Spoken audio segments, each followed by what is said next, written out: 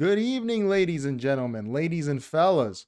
Let me lower this a bit. It's a little bright. How's everyone doing tonight? Welcome to the King Leo Show. I'm your host, King Leo. We have an interesting show today, man. I have new tech that we're going to use. It's going to be a lot of fun. We're starting early, which is unusual. Well, since I'm Good starting evening, early, ladies and gentlemen, ladies and fellas. let me lower this a bit. It's a little bright. Audio's good. Since we're starting early, might as well show. Dude, I got these glasses. These are blue blocking glasses, but they actually work apparently.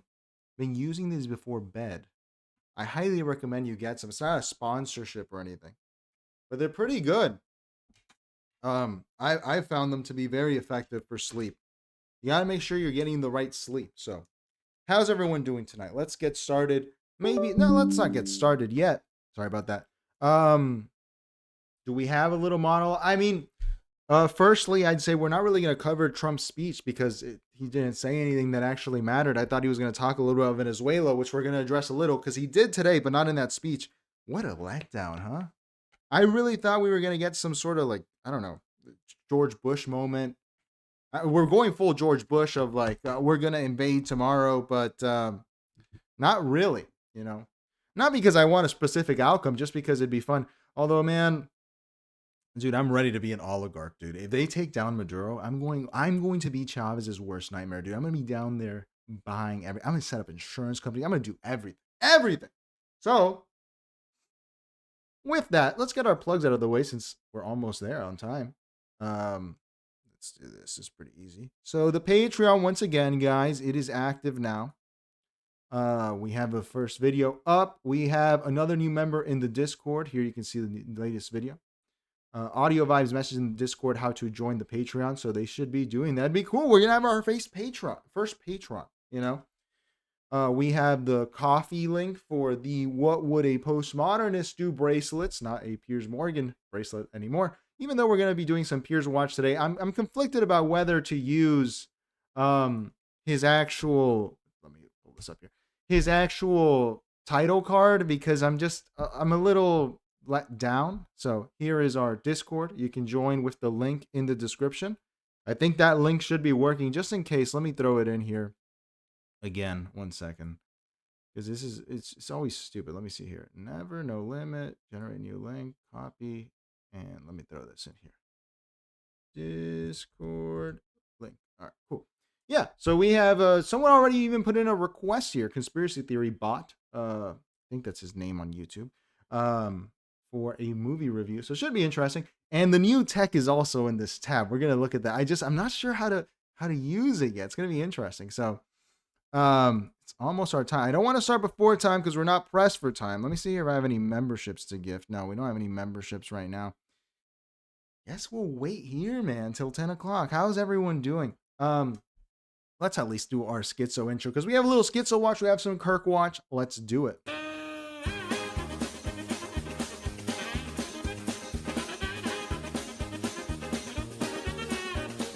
All right. So to start, dude, we have to let's save this one for when there's more people. Let's start with something a little bit more boring that I wanted to cover on Schizo Watch because this is proof here, man. As I've said it. I made videos about it earlier this year. Jake Tapper is lower than a rat. Jake Tapper is a disgusting person. He is a person of no integrity, of no value. Sorry about that. Just a terrible journalist all around. Completely fake journalist. I really hate this guy.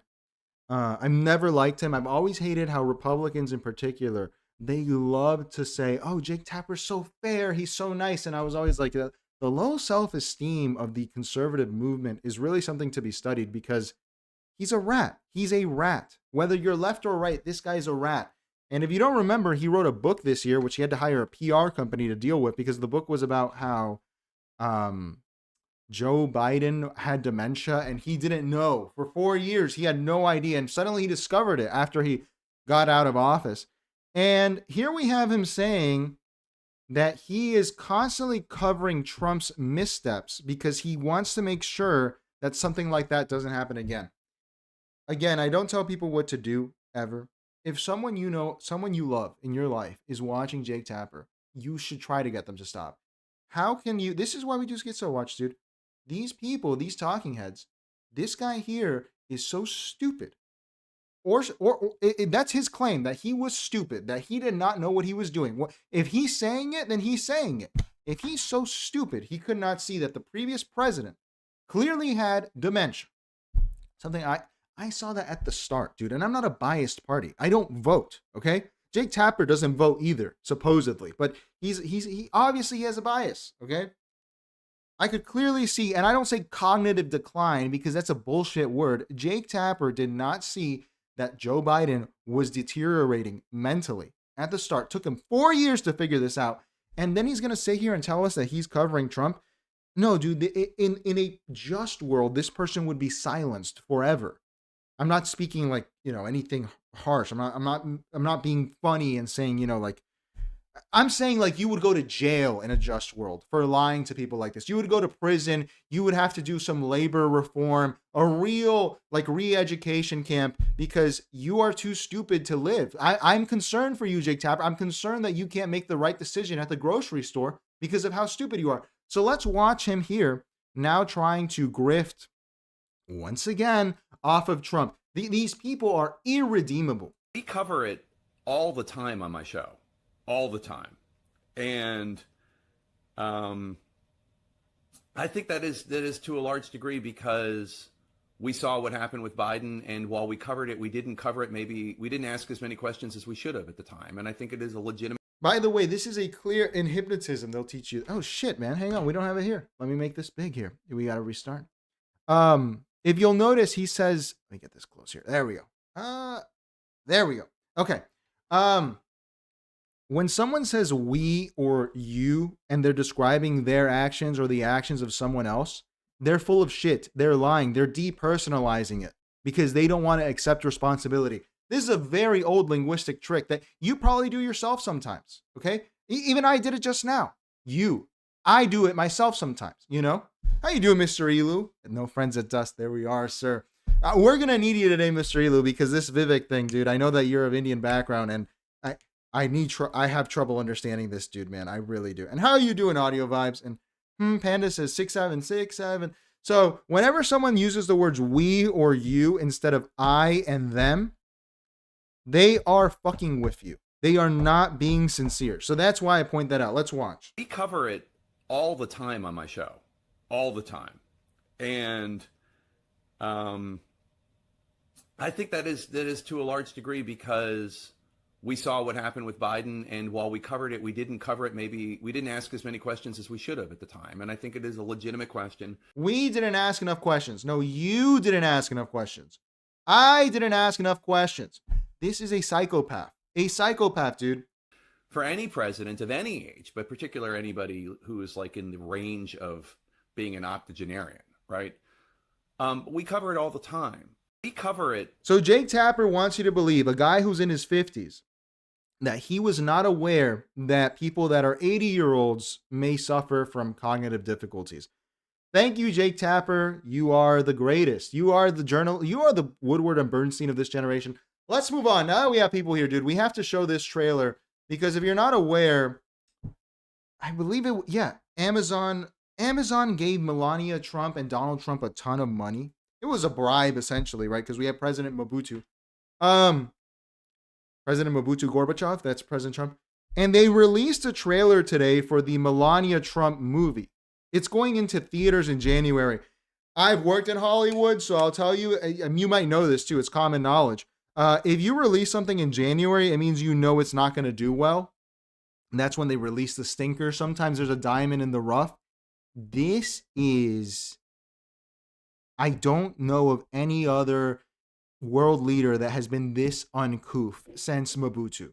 I don't know of any other leader that has been this openly cult of personality, dude. Let's watch the trailer. It's really something to admire where we're at. Here we go again.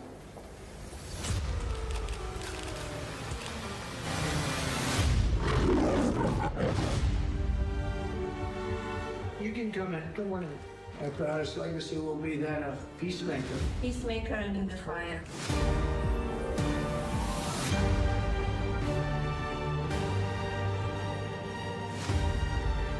Beautiful. with like-minded leaders. We have a voice. Is it safe? It is safe.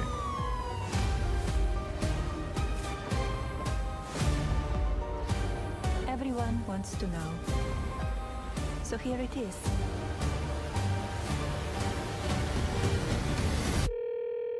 Hi, Mr. President. Congratulations. Did you watch it? I did not. Yeah, I will see it on the news.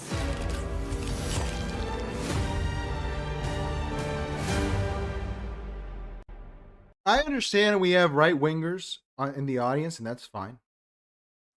But to the right wingers, I would ask, at a certain point, don't you understand a little bit the Bolsheviks, the Jacobins? Like, don't you understand how this display is inappropriate? This is so inappropriate, man. You know, my mother, man, when we went to Versailles, I was a kid. I was probably like 14. And we saw the castle, like the Palace of Versailles. We were walking around, and my mother is like super anti-communist. She hates communism because of her background in Venezuela. And like an hour into our visit, walking around there, she was like, you know, I understand why these commies exist, man. This is ridiculous. This is insane. We're getting to that here in America. This is crazy. The president has been bribed by Amazon, the largest corporation in this country. And in turn, they have now produced a documentary about his wife while he is still in office, where she is in her opulent glory. I mean, the Romanovs weren't this gauche. This is something else, man.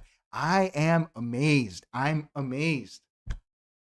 I respect that Melania is doing it, because Melania told you exactly what she believed a long time ago. A lot of people forget about this, and liberals didn't interpret this in the right way, which is why people don't remember it. When she wore that jacket that said, "I really don't care, do you?"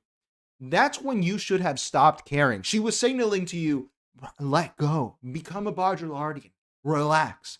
So I understand why it's her. But the fact Trump is doing this, dude, like, Trump, what is up with you, my man? How can you allow this to happen? You are just flaunting it, man. Like, people are not doing well in this country.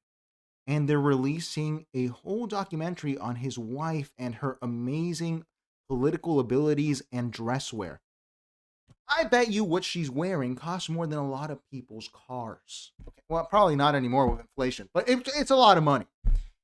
And Amazon is putting this out. And nothing's going to happen, by the way. No one's going to boycott Amazon. A lot of people are deluded. They think that boycotts work. I remember people were saying that, oh, you know, they boycotted Starbucks. That's why, because of Palestine, and that's why Starbucks is losing money. It's not really that. It's all economics. Boycotts don't work. So, I know I'm going to be in theaters to watch this great spectacle. At least that's the cool thing. Trump has made the spectacle. Now it's produced by Amazon Metro Golden Mayer Studios. Amazing. Thank you, Mr. Trump, for not letting it be like, we get to see now. We get to appreciate what it was like to be a member of the Ancien Regime in France. You know, this is really something. I'll be there with my popcorn. I'll watch this. Devil C says, what up, what up? And D4 says, why should anyone care? Nick Fuentes can say what he wants. Amazon can say what they want. Well, D4, I would say that I'm not saying you should care. I'm just saying that, because I don't really traffic in caring or not caring. I'm saying that this is pretty wild, man. Like, this is, when you look at African and Latin American corruption, even that doesn't get to this level. The cult of personality does not get to this level. It gets creepy, it does, you know, but this is new. This is new. In America, especially, we have not had this before. That's why I'm saying it. You could say Jackie Kennedy to an extent, but did JFK get bribed by Paramount Studios and then he made a whole thing about his wife? No, absolutely not. Schofield says matinee packed with red caps. I'm going to be in there. I'll be in there. When in Rome, right? You buy your red cap, you get in there, and you watch the Melania flick. Great stuff. Let's continue here. This was great for, I really liked this video, man, because a lot of people are waking up. I said it on the Patreon episode of the Truman Show. A lot of people are starting to wake up. What I just don't like is how angry they are about it. Let's watch here how the plebeian is dealing with the deteriorating managed decline of America. Look, if you all even give a fuck anymore, I don't even understand why. Like, we're literally priced out of every single life milestone, from marriage and children to owning a home and moving out. Like, there's no reason to care anymore. Somebody give me a reason to give a fuck, because I cannot fucking find one. We're literally priced out of development. We can't even afford to live. Like, why should I care about anything anymore? Except maybe 20, 30 years from now investing, because there's still a glimmer of hope for that. But we're not even living. We're not even living to live. We're just working to live, guys. I love, that's the one nice thing about TikTok is that you can check in on the plebeian. You know, which a lot of people belong to that class, you know? I'm a plebeian. Or to not be a plebeian, you have to be like 100 million at this point, you know, because of inflation. This is awesome. I just want him to give up on investing, because you have to give, you're only free to do anything when you've given up everything. Fight Club, a great one. And the fact that people are waking up and saying, why should I care if I can't get ahead? That is the correct attitude, in my opinion. In my opinion. So I like this check-in here. I like where things are going. I prefer this to Pitchforks, because Pitchforks is just chaos. If people go, you know, the Czechia exists because of apathy. It does not exist because of an armed revolution. So interesting stuff, man. I'm glad that they're waking up to this, man. It's time to wake up to the fact that they hate you. Nothing will let you get ahead.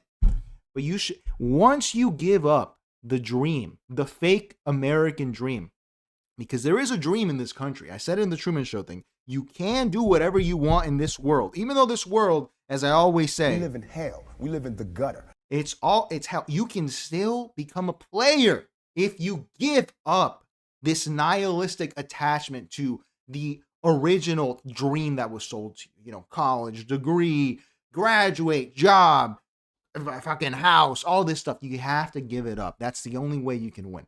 Let's continue. Here we have, people are, I called this, and there is this rising anti-Hispanic racism. This was in Clearwater, Florida, which was very unusual to me, because in Clearwater, it's literally just Scientologists at this point. Okay, it's just Scientologists, and I'm like, I'm watching this video. I'm like, where are the Scientologists to stop this? Scientologists are, in my experience, they're not like this. They're not confrontational. So let's see what they're doing to the Hispanics in Clearwater. My people. You're gonna want to see your Mexican ass. I'd rather see a black man come upon this than a fucking Mexican. You're disgusting to society and what you meant. You're nothing. You're nothing. No, I have to walk away. I have to. No, not gonna happen. No, you're harassing me and be in my town. Go back to. You're gonna want to see your Mexican. Listen, I don't get it. All we want to do, according to everyone, is pick fruits and fix cars. Where is this performative, sadistic racism coming from? She's clearly drunk. I always give people a lot of leeway when they're drunk, because bad things come out when they're drunk. But this came from the heart. You know, you wouldn't see this a few years ago. He's literally cutting up a fish. If I found out that fish was not regulation and it was smaller, okay, you know, you get to call FWC. You get to call Florida Wildlife. But this is, I just don't get it. Why would you do this? Why would, can a Hispanic man breathe? Can a Hispanic, I'm driving up to North Florida. I don't want to deal with this. What did I ever do? All he's doing is cutting up a fish. The people are not okay, man. They're not okay. You know, she's drunk. I won't give her a full pass. But why say this? Why say this? All he's doing is cutting up a fish in Clearwater, you know? And the other level to it, this is one thing that frustrates me about the American at this point, is he has a knife. he's obviously, he looks like a humble guy. He looks like a guy who's just going to take it and just be like, she's drunk. I don't give a shit, man. I deal with worse stuff. But he has a knife. People want confrontation, and they'll do it even when people have weapons on. I don't understand that in America. One of the most striking things to me about the Rittenhouse case was how Kyle Rittenhouse literally had a AR-15, and a guy said, shoot me to him. Why would you say that? It's not, life is not a movie. When people have weapons, you shouldn't mess with that. That's just my opinion. That's my opinion. I don't talk bad to people with, it's a Calvin and Hobbes comic, right? Like I tip my barber because he holds a razor, you know? Why would you do this? Let's continue. Here we have this here. Look, it's offensive language. Fair warning, fair warning. Okay. What I did like about it, despite the politics, despite anything, okay, I have to make this disclaimer because I don't agree with this young man's about to say, is this: these street interviewers need to be stopped. They are also contributing to the rising schizophrenia in America. And this guy said something so out of left field that the interviewer got angry and he stopped the interview. So what I learned here, this little hack, is as long as you say something so opposed to the interviewer, you have to guess. You can stop these interviews. Let's watch the interview, what happened here. Fair warning, it's offensive. Because of Jews and because... Get the fuck out of here, dog. There's no way you believe that. Okay, for context, I was doing man-on-the-street interviews at FAU, okay, talking to people about walkability, sustainability, and all this kind of stuff. Look at how defeated this interviewer is. Just because he disagreed with the answer, which is fine. Look, it's fine, but it's not okay. I don't agree with that. But he got so angry, he had to go in and make another video about the interview. I mean, this is how you reverse the schizophrenia. This is how you reverse it. Look at this blatant racism. Not one minimum wage job that can support a 2-bedroom apartment in America. What are your thoughts on that? Because of Jews and because... Get the fuck out of here, dog. There's no way you believe that. Yeah, bro. Dog, there's no way, bro. You think I'm the problem? Oh, you too. Oh, is that why you keep cutting? Is that why you keep cutting the video? No, but I'm just saying, like, bro, you think I'm the problem? Are you an No, ethnic for real, Jew? bro. Are you Me an to you, ethnic me to Jew? you. You think I'm the problem? Are you an ethnic Jew? Yes. Okay, do you practice Judaism? Yes. Okay, so you don't practice Judaism. Yes, I do. I'm Jewish. Do you practice it? Dude, I have my bar mitzvah. But are you consciously practicing Judaism? Do you read the Talmud? Do you do the? Dude, brother. What? I'm just letting all of you guys know that Talmud this, Talmud that. I have been Jewish my entire life.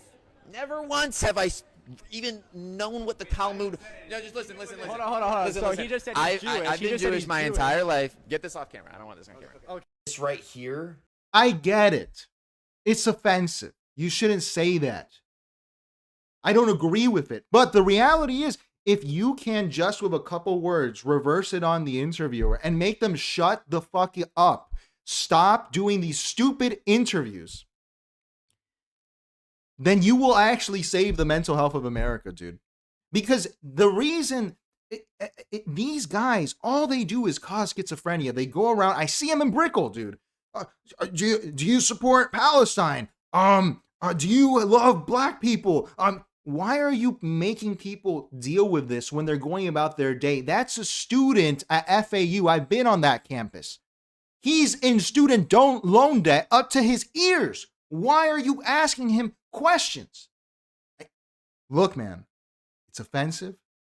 But whenever you have an interviewer that's doing this crap, I think that maybe this is a solution. Maybe you start personally insulting them. If it's like a young lady, that's one of the ones I see in Brickell a lot. You go like, yeah, I don't think you should be doing this show because you make stuff up. I believe that you should be, I don't know, like in the kitchen, right? Or something like that. That's very trite, but you could do this to everyone. A Hispanic guy, you're like, I'll say it myself. I'm Hispanic. Well, yeah, dude, I'm sorry. I don't get interviewed by illegals. Just to get them to leave people alone. All right. And we have here our last bit of Schizo Watch. Let's see how people are We've gone past Valentina Gomez tactics of insanity. And we'll catch up with the chat after this, because then we have Kirk watch. This is how people are fighting Islam now. This is the new fighting Islam tactic. And it's just the people in this country, they're not okay. Not to revert back. We will not revert back to America. Send back! Send them back! One nation under Sharia law. Jesus Christ is our forefathers stood against this evil. The Islamification of our country is happening. 48 new mosques were built in the Dallas area in the last 2 years. We need to stand now, Americans. Perfect. I will give myself and everyone around me diseases from handling raw pork in public, setting it down on a fucking podium to own the Muslims. Great stuff. Wow, we are spreading biological agents in order to own the Muslims. All right, what's next? What's next? Are we gonna start fucking you spreading anthrax to fight Catholics? Like, what is this? Valentina Gomez has unleashed a level of retardation in this country that is sick. It's sick. It's sick. It's literally nuts, bro. This drives me nuts. Look, you can be... Look, I don't have a problem with Muslim people. I really don't. I like Saudi Arabia. I like my time there. I have Muslim friends. My producer comes from a Muslim background. However, if I were opposed to Muslims, I would not go out with pig carcasses and try to get them to do this. This is insane. This is insane. I think there are better methods of... I don't know, maybe you could GoFundMe and buy where they're going to build the mosque so it doesn't get built or something. There are actual solutions, but most people at this point, all they want is catharsis, so they'll put a Quran in a pig's head, which is just trite. It's just, dude, can we get any lower, any more vulgar in this country? Any more vulgar? It's a holy book. Look, you don't have to believe it. I don't believe it. I'm not a Muslim, but whatever. Why you got to do this? Why can't we? In the words of Rodney King, can't we all get along? Let's catch up with the chat, and then we have to go to Kirk Watch. Let's see. Well, we have a lot of people here today. D4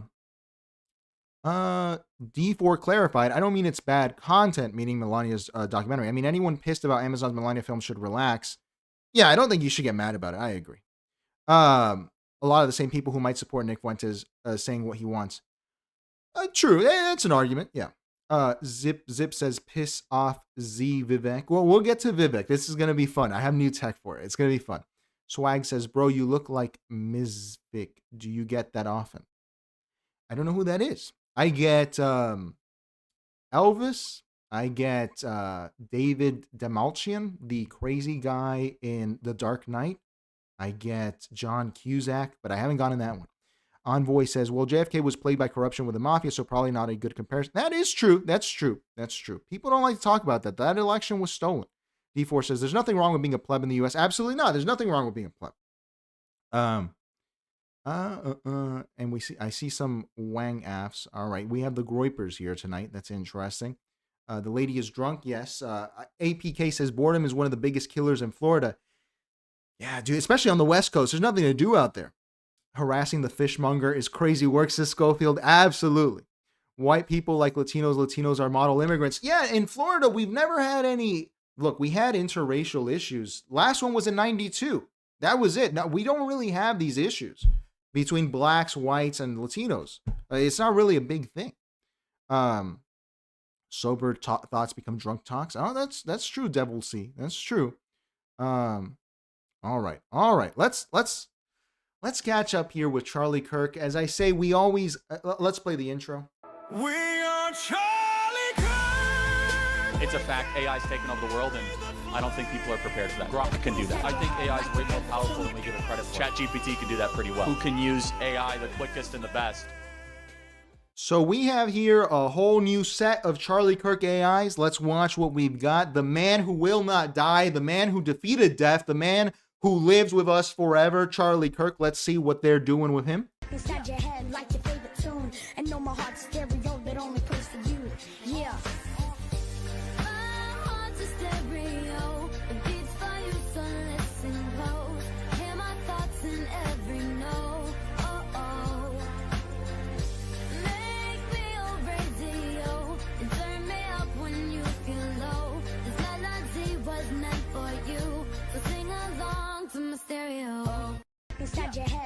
All right. All right. I'm calling him, when I talk about him with my friends, I call him Carlito Kirk, because in Spanish, Charlie translates as a Carlito, and it's pretty funny. I guess he lives on in 2000s music videos. Is that it? Absolutely not. Let's see what else we've got. Let's see what else we've got.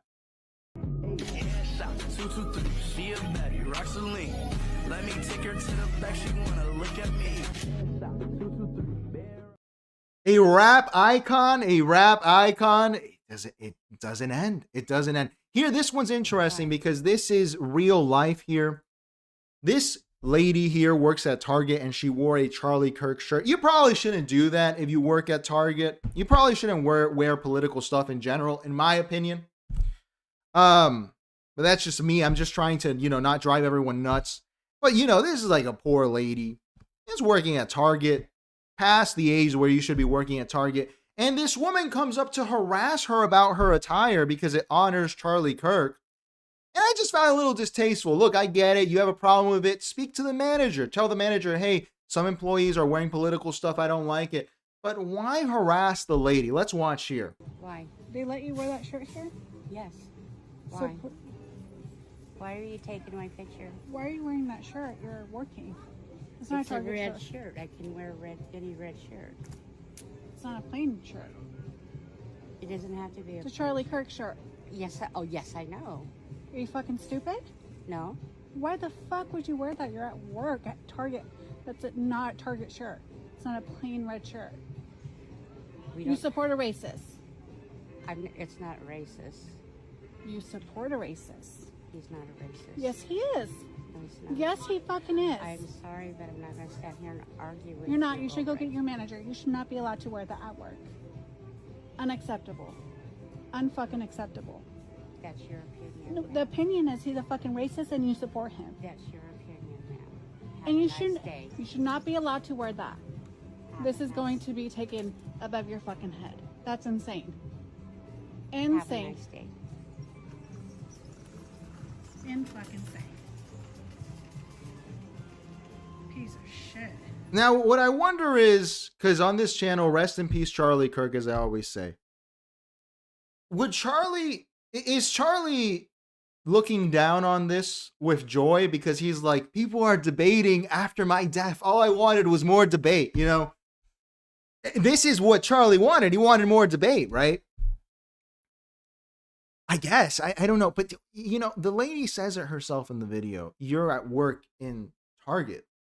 You shouldn't be wearing that. She's at work in Target. Do you think she gives a shit what she's wearing? She's doing the bare minimum to keep this stupid job. Why are you harassing people wearing a Charlie Kirk shirt in Target? Leave them alone. You may not like it. Tell the manager. Why are you confronting them on video? This is a person trying to make ends meet. Is your life that empty that you have to harass a Target worker? Come on. We need a little bit of love, a little bit of joy like Kamala would prescribe in this country. Because this is a worker. They're working. Dude, even if they're wearing, I don't know, man. Like, even if they're wearing, for me, right? Like, I don't know. What would be my trigger? I'm not really triggered by anything. I don't know. You're wearing something that triggers. Why would you bother? They're working at Target. Their life's already annoying. Leave them alone. But I bet Charlie would be happy. I bet Charlie would say, hey, there was an exchange of ideas. There was a debate at the Target. I just wanted more debate. So, all right, let's continue with Charlie Kirk. We got this guy here who does the George Floyd and Charlie Kirk. This is an equal opportunity. I wouldn't even call him a necromancer because necromancy it has a negative connotation. This lets people live forever. That's why I think it's an interesting time to be alive.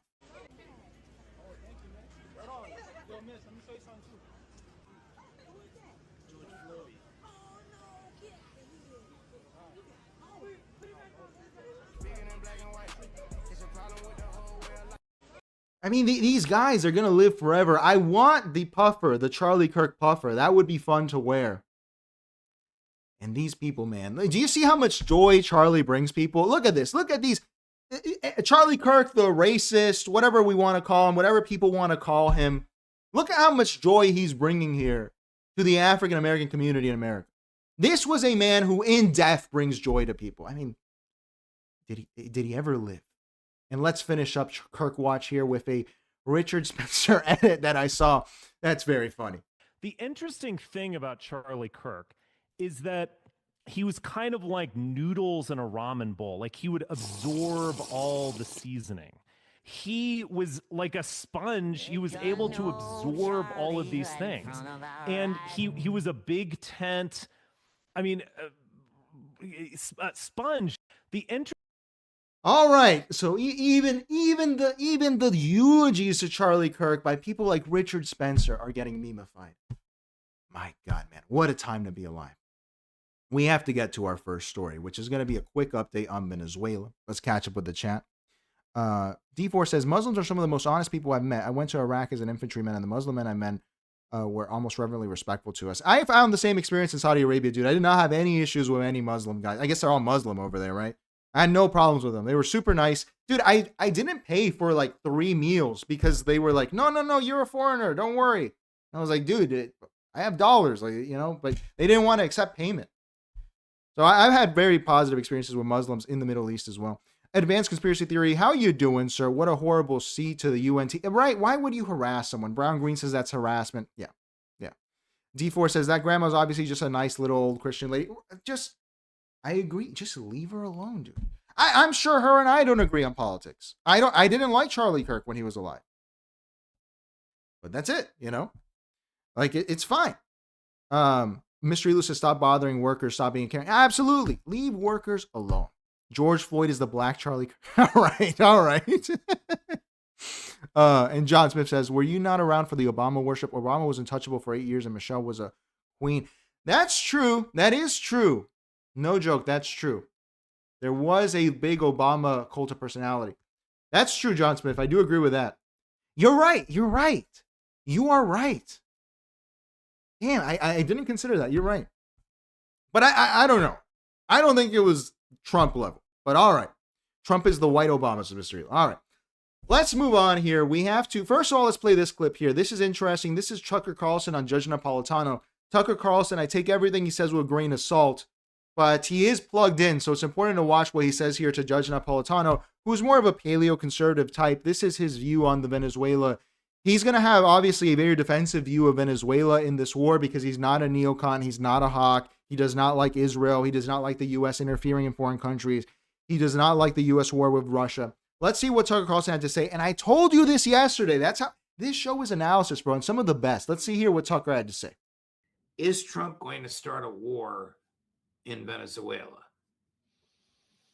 I don't know. I don't know when this program airs, the one that we're on right now. This thing's maybe live. We're live now, and then it'll be posted immediately. So now, my sense is, I don't know the answer. I've certainly been on the phone a lot about it. I have no power. I'm a podcaster, but I'm very interested. And so here's what I know so far, which is that members of Congress were briefed yesterday that a war is coming, and it'll be announced in the address to the nation tonight at 9 o'clock by the president. Who knows, by the way, if that wasn't true. But did I tell you or did I tell you and watch Fetterman that this Congress has to know about this already? That part wasn't true. It wasn't tonight. They actually went into Panama on the 20th. So it's going to be an interesting time. I'm surprised Trump didn't announce it. I don't know if it's an element of surprise type of thing, but Tucker, this is news that I would believe him on. I do think that Congress has been briefed, and I knew it without being plugged in like him. Will actually happen. I don't know. And I never want to overstate what I know, which is pretty limited in general. So I don't think that we're getting the war. We didn't get the war announcement, and I don't know if that's going to happen anytime soon, but let's see here how Venezuela is preparing. And we have subtitles, thankfully, so I don't have to translate for you guys. This is the defense minister after Donald Trump's statement yesterday that made fentanyl a weapon of mass destruction, what he had to say about it. Let me unlock this here so I can move it up for you guys, and you can read the subs. There we go. Let's see here. El día de ayer, lamentablemente. Hang on, let me make this smaller so you guys can see here. Let's see here. Escuchamos unas delirantes declaraciones del presidente de los Estados Unidos de Norteamérica. Delirantes. Cuando señaló e indicó que se establecía un supuesto bloqueo naval en las aguas del Caribe con un despliegue, como él mismo lo ha dicho, sin precedentes de su armada, de la Armada de los Estados Unidos, en espacios del Caribe. Un espacio que está dado para la cooperación, para el libre comercio, para la libre navegación. It goes on for a bit, and dude, the Venezuelan commies can go on and they'll talk your ear off, dude. They will talk your ear off, so I won't subject you to the whole thing. Even though I watch it, dude. I watch it with my mom, actually. We watch the Venezuelan propaganda. But so you can see Venezuela is taking the blockade seriously. As I said yesterday, dude, this hasn't happened since 1962. I can't think of the U.S. doing this to anyone. But actually, you know, the closest analogy to this was maybe the blockade that they did around Qatar, the Arab nations. But it wasn't a blockade physical. It was like a total diplomatic cutoff. And that was in 2019. So this level of stuff, obviously there's going to be a response, and you didn't get the response you'd expect from Maduro. Maduro has been pretty quiet. So this is more of a serious military response. And finally, we have here Trump today, who was interviewed about it on News Nation. Let's see what he had to say. Just a blockade. Not going to let anybody going through that shouldn't be going through. You remember they took all of our energy rights. They took all of our oil from not that long ago, and we want it back. But they took it. They illegally took it. So he's still going with the Venezuela stole oil from the United States. As I said yesterday, this claim to me came as a total surprise. I really don't buy it. There are spurious claims, yes, but I really don't buy this. So if we check Polymarket, the odds are interesting. Let's see them here real quick. And we're about to get to Vivek. I think a lot of people want to hear the Vivek thing. Look at this. We are down at 4% that Maduro's out by the end of the year. But we're up to 59% out by next year. These odds have been going up. I think if they do go in this year, this would be not financial advice, a smarter bet, because it took into early January to get Noriega out. But also that would be giving Trump a level of confidence that I don't think he has. Because George Bush, you could say a lot about him, the father, but he was a genius. He was a genius. He had experience in the CIA. And he was a genius. So, let's see, man. Did Trump voters, are you getting what you voted for? No new wars? But all right, let's catch up with the chats, and we're moving on to Vivek. This is going to be great stuff. Vivek. Oh, man, this is a lot of fun. Stafford said, somebody needs to send Ramaswamy a one-way ticket back to India. I do believe he was born here, sir. But all right. I understand there's a lot of Vivek haters here. It's fine. We're doing analysis here, so this is... I'll tell you why we're covering this. Ephra, how you doing? I don't know what exactly will happen, and I hope there is nothing, but skill is greater than technology, even if it seems the other way around. Whoever has the least clowns who wins, I think. The Ephra, I am in agreement with you. Part of me, you know, like the international politics is like, this would be bad. Part of me is like, dude, if they take down Maduro, I'm going to be over there. And I'm going to become an oligarch. I'm going to be like those Russian oligarchs. I'm going to own all of the copper in Venezuela. You know, you guys will hate me, obviously, the left-leaning guys in chat. But I'm going to be like, yes, I am now the oligarch of copper of Venezuela. I am reclaiming my birthright. So either way, it's interesting to see. But I do think that we're leaning on the nothing ever happened side. However, the blockade, that's expensive. So it's going to be interesting to see. Astroway says fentanyl is heavier than oil, and they just add it to fuel additive mid-journeys for decades now. I did not know that. I don't know if that's a joke, sir, but I'm going to look into that. Interesting. D4 says drones have leveled the playing field, especially fiber optic drones. Americans would be willing to forget that Venezuela, but their country is in our oil if we could get our domestic problems under control. You know, my producer today was talking to me, and the reason that apparently this is happening, one of the real reasons, is that Venezuelan oil is terrible. It's very heavy. It's heavy crude. It's hard to get out of the ground. And apparently there's a lot of infrastructure in Texas that is designed in order to process only heavy crude. And it's not being used because no one has heavy crude. In the US, we don't have heavy crude because the only heavy crude we have is from Canada. And even that's dropping off with the liberal government in Canada.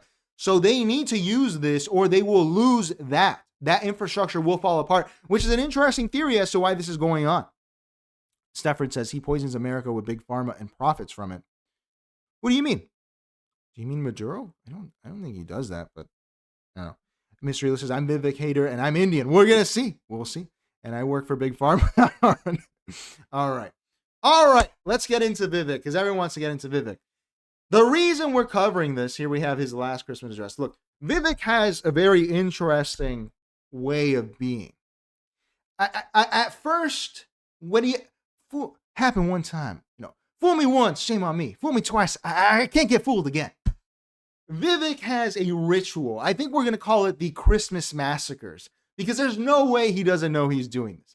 Last year, Vivek released this tweet here, okay? And we're going to look at it. I've read it before, but now we have new tech to read it for us, okay? And this year, he released another tweet that's essentially Vivek trying to define what American identity is. Little odd. I'm a first-generation American. I wouldn't be totally comfortable doing that. He is a first-generation American, but he's very comfortable doing it. Okay, I feel like, maybe my kids can do it. Maybe not me. I can't tell you what an American is, But these are his Christmas massacres, where he comes in and tells Americans that they're fat, lazy, stupid, that they need to change their culture because they're not winning. And the reason that this is relevant is because he wrote a whole article for the New York Times for this massacre that was directly calling out Nick Fuentes and the Groypers. And the article's behind a paywall, but we bring you the goods at King Leo. I have the article. We're going to take a listen. And what this solidifies in my mind, and this is why it's important, is that Nick Fuentes, after that Piers appearance, is actually a relevant player in the establishment at this point. I'm not saying he's of the establishment or in the establishment. What I'm saying is that if he's getting called out by someone who was a serious candidate, Vivek Ramaswamy, in the last election cycle, then this matters. And Vivek is further legitimizing him and his followers, the Groypers, because he is mentioning them in a New York Times article. Vivek is not as smart as he seems, in my opinion. I don't think he's a very intelligent guy. Like, he has a little bit of autism where he can't really read the room. So I don't think that Trump really blessed this or backed it. I think it's something he thinks works, but it did not come off well. Before we do that, let's watch here. Look, first of all, let's see what Nicholas Fuentes' response was to this article. Reminder that Vivek is an actual anchor baby, so everything he says can be completely disregarded. Foreigners have no right to be here. Don't get to lecture me about what it is to be an American. Okay, as we'd expect from Mr. Fuentes, this is his way of speaking. Immediate disapproval of the article, which we'll get to. And here, just to give it some context, let's look at the history, because here he is kind of attacking J.D. Vance and Vivek, both of them based on their association with the subcontinental race. What is the race of Indians? It's not Indian. Is it Hindi? What is the Indian race? Because there's a lot of cultures in India. But let's see here what he had to say, just to know that these two have history before we get to the article. J.D. Vance also has a non-white wife, an Indian wife, and a kid named Vivek. All his kids have Indian names. So it's like, what exactly are we getting here? And that's not a dig at him just because I'm a racist or something. But it's like, who is this guy really? Do we really expect that the guy who has an Indian wife and named their kid Vivek is going to support white identity? Like, there's a white genocide going on in the world. White people are being systematically replaced in America and Europe through immigration and, to a much lesser extent, due to intermarrying. This guy has a non-white wife and a kid named Vivek. This guy is going to be a defender of white identity? I don't think so. This guy's going to defend American identity? If he does, it's going to be no better than any of these other civic nationalists like Vivek Ramaswamy. How else could you countenance American identity if you have a mixed up family like that?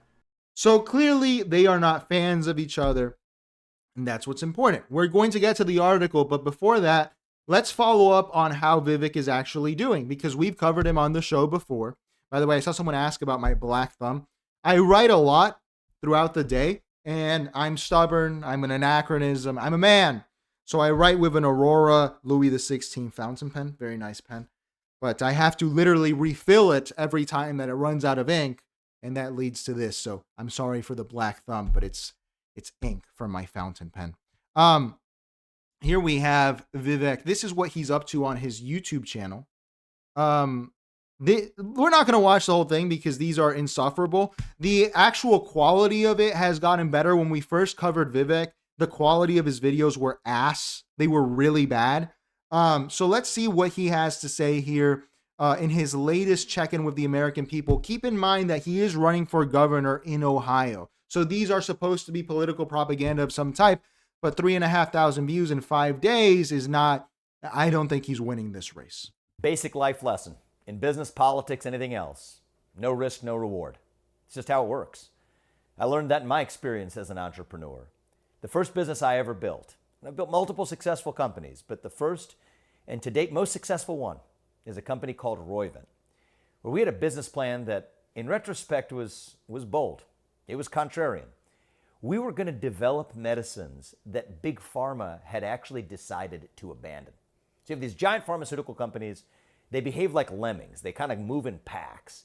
And look at the energy. I've said it before. I don't think he actually wants to win. I think this is a grift because there's no way this low energy, bad at communicating Vivek. How can you win the governorship with this? Okay. This guy is, and it's important to show that he really can't relate with normal people.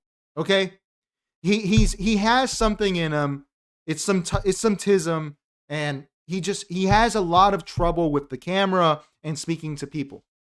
Before we get to the article and his previous Christmas massacre address, let's watch here because he's done this before. Here he is being interviewed on a podcast and where he defines what an America is. He was so proud of his answer here that he reposted this on his own YouTube channel. So let's see. If you ask an average person my age right now, one of my peers, probably people of any age, what does it mean to be American in the year 2023? How old are you? I don't think you get a good answer to that question. I'm 37 years old. Okay. I'm a millennial, right? Yeah. So you ask most millennials, what does it mean to be American in the year 2023? I think you mostly get silence. Right? We don't have a good answer to that question. It's a vacuum. It's a black hole. Well, what would the historic answer to that question be? The ideals that set this nation in motion. I believe that I am a free, autonomous individual who's free to achieve anything I ever want in this country with my own hard work and commitment and dedication, regardless of the color of my skin, regardless of my gender, that I can do that and that I'm free to speak my mind at every step of the way. That's what it means to be American. Thoughts on James Fisher? So, sorry guys, this is in a playlist. My issue with this answer that Vivek has here is, and I'm speaking as someone who's in a similar position, right? I'm a first-gen American, is that he has fully assimilated into a conservative slop brain. I don't think that America is defined by this. America, in my mind, was built by some people. I see Schofield says it's a dumb question. Look, it is a dumb question. What is an American? Because this is something more ethereal. Even when you ask the question, you kind of kill what the concept is of being an American. Baudrillard would agree. Because when you have to ask the question, you have admitted defeat to postmodernity. You have admitted defeat that it's over, that you cannot, if you can't define it by simply being it, you are no longer an American. So the issue with it, but my greater issue is this conservative slop history that comes in here. I don't think that, I don't know. Let's take your average American in 1840 living in, let's say, a slave state, was thinking that it's a country where we can achieve whatever we want no matter what the color of the skin of the person is. I'm not shitting on America there. I'm just pointing out that this is not a consistent definition that has been around throughout all of history. If you want to say that being an American has changed over time, if Vivek wants to make that claim, okay. But he's saying that this has always been the case. I don't think this has always been the case. I think that's a very recent invention. of the civil rights movement.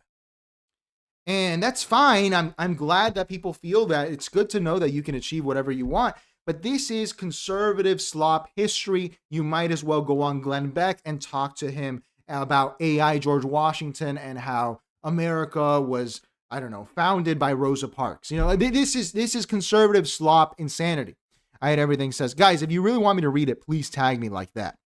Be the American like the America fuck yes. Yeah, I mean, in a lot of ways, the American identity, you see it with conservative slop boomers and also younger people, where their definition of being an American is like you're saying, fuck yeah, America, boobs, bacon, and beer, all that crap. That is the conservative definition of what it is to be an American, in my view. I haven't seen conservatives come up with a better definition. Right-wingers have some definitions that are interesting. Some of them are more racial, some of them are more ethnocultural, but whatever, you know. But at least it's a consistent definition versus, oh, America, we like blondes, boobs, big beer. It's retarded. It's retarded. And here, just to show you that he's done it again, this is him previously. This was 2 months ago that he posted this clip, which means he's very proud of it. It's called "What is an American? Answer." So what does it mean to be an American in the year 2025? It means we still believe in those ideals of 1776. It means we believe in merit, that the best person gets the job, regardless of their genetics. Again, in 1776, I don't think that was the case. I don't think in 1776, you as a person in chattel slavery could become the president. I just don't think that that's how people thought at the time. I'm not condemning or saying that America is wrong. It's history. But when people try to make this fake history up, this is why it's so easy to shoot down, because it's retarded. It is stupid. No one before the Civil Rights Act, before the Voting Rights Act, there were poll taxes. People weren't even fully enfranchised. If you were a woman in America in the 1790s, you couldn't be the president. That's just true. If you were Catholic, I guess you could be the president, but not really, because it took JFK to break down that barrier. So this is just conservative slop crap. That you are judged not on the color of your skin, but on the content of your character and your contributions. It means we believe in the rule of law. And I say this as the proud son of legal immigrants to the United States. That means your first act of entering this country cannot break the law. And I have to say, even further, man, I've seen some people point this out. There is something a little crab in the buckety here. I understand we have people who are against illegal immigration, and that's fine. I'm not judging it. You know, you can be against illegal immigration. You could be against legal immigration. There is this sort of like, I can't say it for sure, but there is this like snide anti-Hispanic sentiment whenever Vivek says this kind of crap. My parents came here legally, and that's why I'm an American. Well, Vivek, the guy whose parents were illegal and was born here up until recently, where they took it away, was born an American citizen. So are you better than that guy? There's an implicit put down of people that were born to illegals by Vivek's statement here. And look, people can agree with that. They can say, look, if you're illegal and you have a kid, they shouldn't be an American. Okay, that's fine. But it's a very odd messenger to say this kind of stuff. It means we believe in free speech and open debate without censorship. Whether you're Nick Fuentes or Alex Jones or Jimmy Kimmel, it means that words are not violence, that violence is violence, and violence is never an acceptable response to words. It's not just about our constitutional principles. Thank you. That's America. That's who we are. It's about our Constitution, but it's about even more than that. It's about a culture that is distinctive to our nation. It means we believe in accountability. It means that we are courageous, that we're brave, even heroic. All right, and it's just more crap. It's more crap. Let me look at the chat here real quick before we get to the actual Christmas massacre address. Let me see here, because we're gonna use some new tech here, dude. This is gonna be fun. I'm excited about this one. How you doing, Robert? What's up?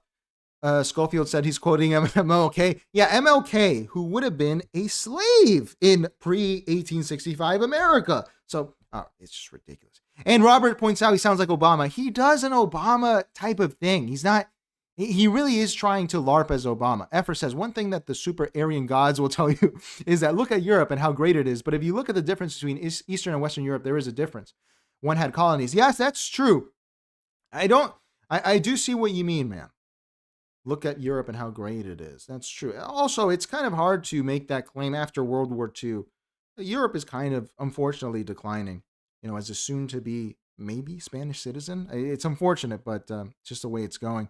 Mr. Elu says, Benjamin Franklin thought Germans were swarthy. Right, so this definition has changed over time. Absolutely.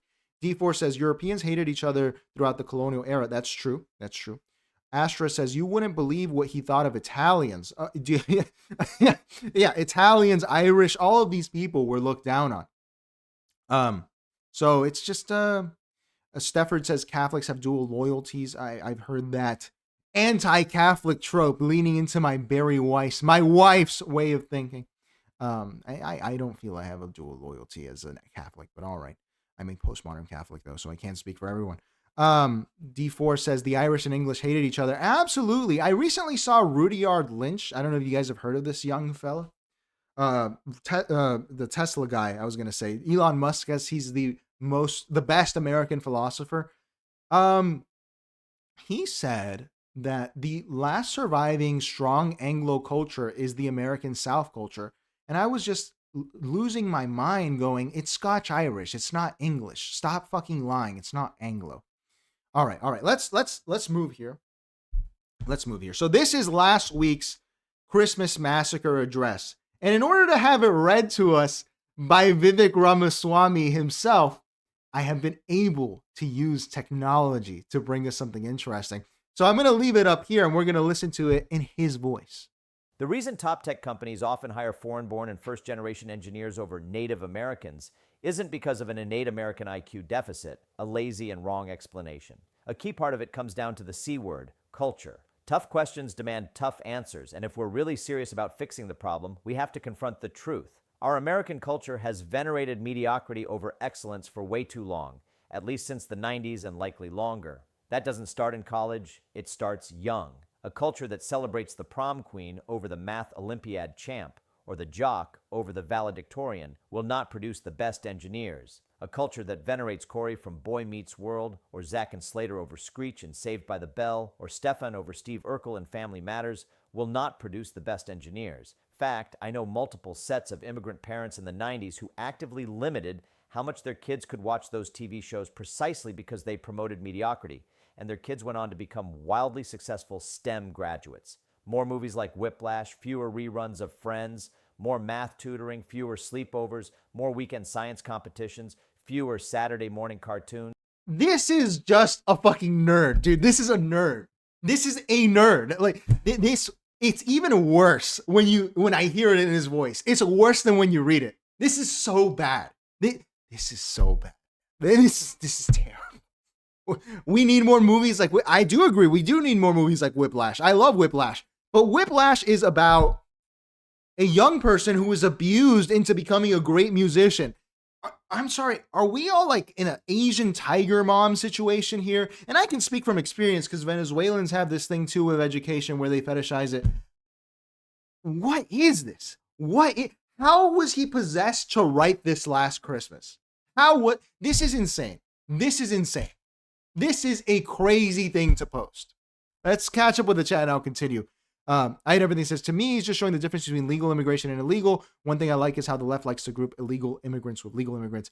I don't like. Yes, I do agree with that, sir. But from him, it's just a weird message. I just have a problem with Vivek, And D4 says, did you see the video of the London mayor cringing while singing Christmas cards praising Christ? I did see that. Sadiq Khan. Yeah, that was unfortunate. More books, less TV, more creating, less chilling, more extracurriculars, less hanging out at the mall. Most normal American parents look skeptically at those kinds of parents. More normal American kids view those kinds of kids with scorn. If you grow up aspiring to normalcy, normalcy is what you will achieve. Now close your eyes and visualize which families you knew in the 90s, or even now, who raised their kids according to one model versus the other. Be brutally honest. Normalcy doesn't cut it in a hyper-competitive global market for technical talent. And if we pretend like it does, we'll have our asses handed to us by China. This can be our Sputnik moment. We've awakened from slumber before, and we can do it again. Trump's election hopefully marks the beginning of a new golden era in America, but only if our culture fully wakes up. A culture that once again prioritizes achievement over normalcy, excellence over mediocrity, nerdiness over conformity. Nerdiness over conformity.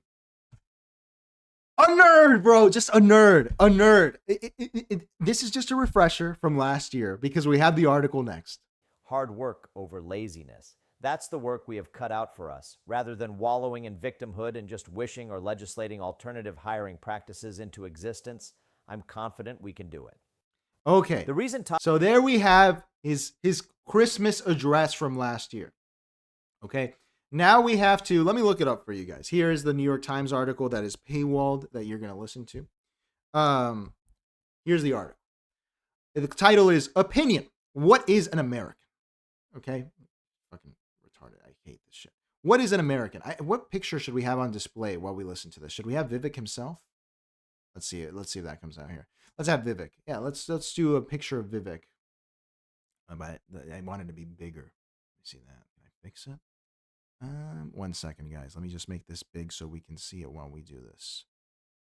And well, no, that's not what I want. How do I make this bigger? The fuck do I? There we go. Okay.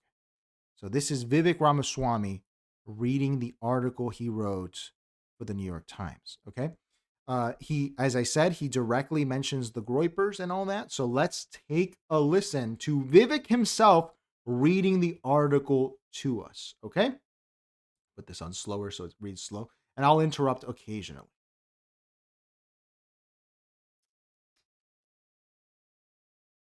Come on, man.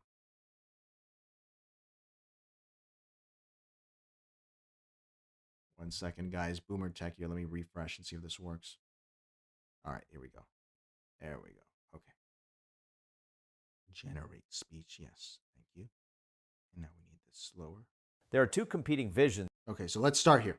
There are two competing visions now emerging on the American right, and they are incompatible. One vision of American identity is based on lineage, blood, and soil. Inherited attributes matter most. The purest form of an American is a so-called heritage American, no one whose ancestry traces back to the founding of the United States or earlier. This view is now popularized by the Groyper right, a rapidly ascendant online movement that... Look at that. Vivek, in this article, has said, you know what? Why don't we just show the text? Let me do that. Let me just do that so you guys can see it too.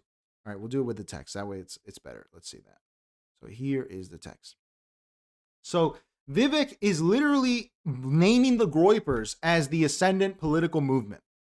He has now re-legitimized them after that Piers Morgan appearance by Nick Fuentes. And he's talking about the so-called heritage American. All right. I know this word has coded language. Heritage American is used by people who are racist or racially insensitive. However, and he's going to get to this, America is home to the expression, the real McCoy, meaning that something is real. And D4 says, can you make Vivek AI read the Turner Diaries? I'm sure you could. I'm sure you could do that. But the real McCoy has a real meaning that some things are more real than others. Some things, in my opinion, as a broad audience, some things are more fake than others. That's a better way of putting it. And I don't see how it's racist to say that people who descend from the Mayflower might have more of a stake.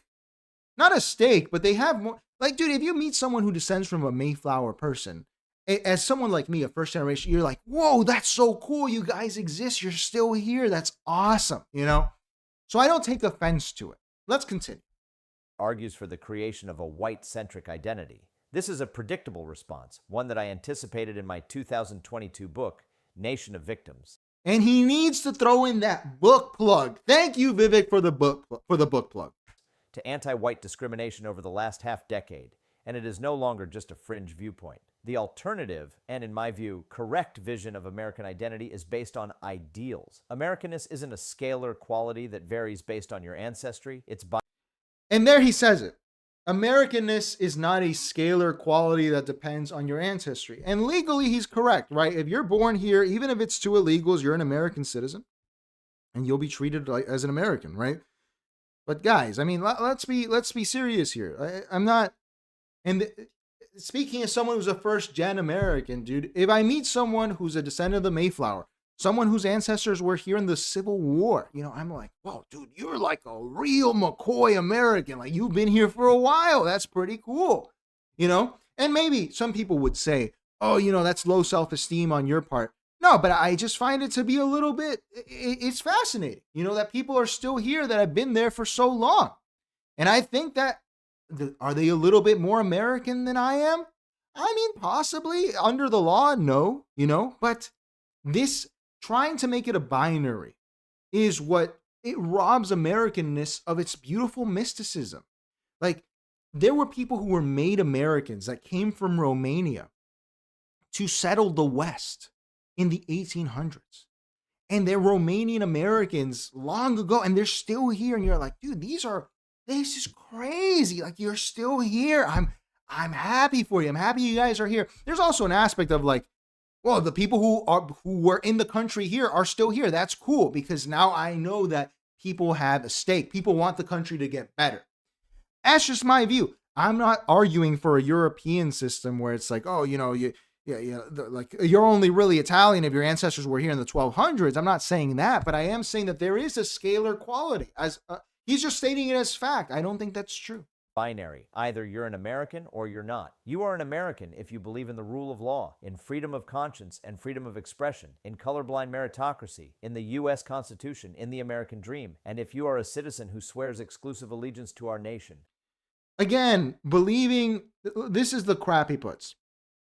The rule of law, freedom of conscience and freedom of expression, a colorblind meritocracy, the U.S. Constitution, the American dream, and swears exclusive allegiance to our nation. Can I tell you something? I think under this definition of what it means to be an American, I think like at least 3/4 of the planet are American. And that's actually a reality I do think, dude. I think a lot of people are American. Lindy Man, shout out to Lindy Man, always points this out. The American Empire, the 1,000-year American Empire, it is ascendant. People want to be American all over the world, in Iran, in Cuba, in Venezuela, in Eritrea, in Europe, in Africa, everywhere people want to be an American. So this to me does not really suffice as a definition. If you believe in the U.S. Constitution first, and also further, that would exclude people who fought for, I don't know, like the South in the Civil War. I guess they didn't believe in the U.S. Constitution, although their claim is that they believed in it more than the people in the North. Look, man, when I'm not arguing for the South. I'm glad the North won, but weren't those people Americans too? Weren't they American too? Mr. Elu says, what about the indigenous people? Absolutely. The indigenous people, I'm sure there are plenty of like indigenous people on reservations, and they have dual loyalty. They literally do under the law. They're allowed to have it because they are a member of a tribe as well as the country. So this is an insane definition. I just don't get it.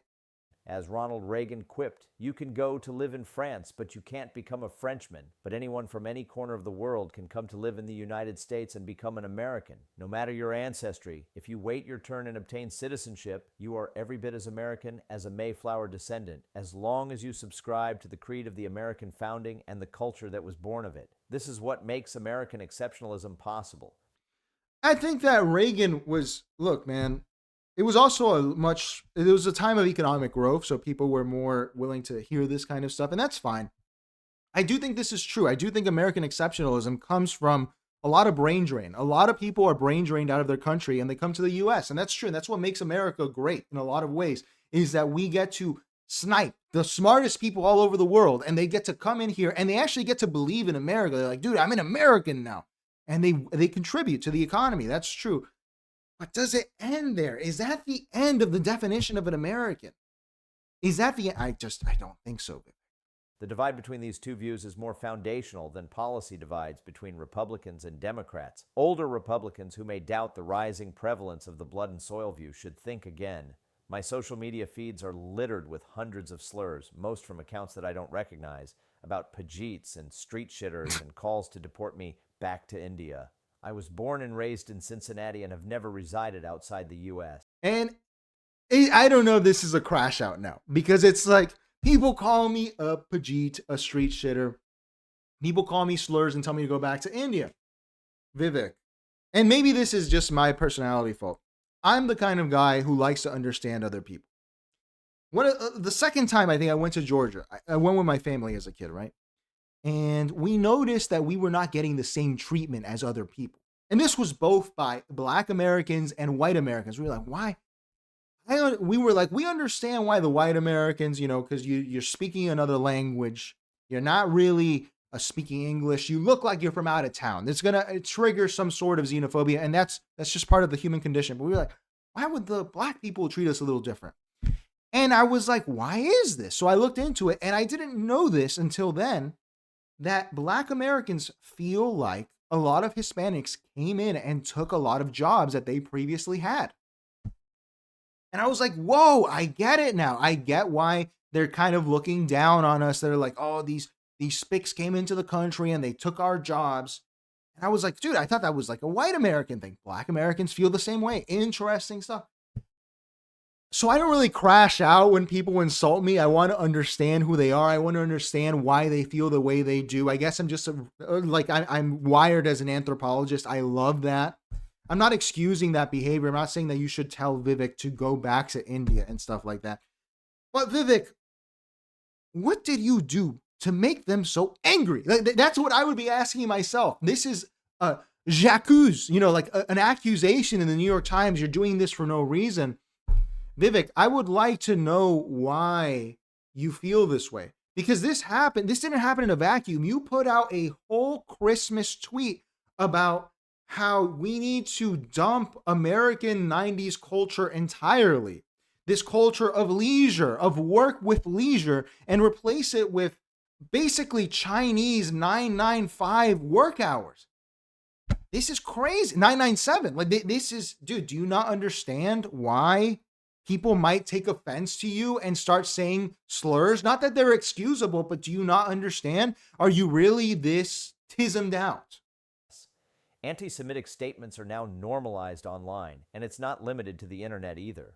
Rod Dreher, a conservative writer, recently described a trip to Washington, D.C., where he estimated that a sizable minority of Republican Gen Z staffers are fans of Nick Fuentes. This new online right movement doesn't represent the views of most real-world Republican voters. Take it from a son of Indian immigrants who dominates polling in Ohio's GOP primary for governor. Okay, so we can also tell here that this is a planted article in order to make Vivek look like a guy who is winning the race, which he's not winning.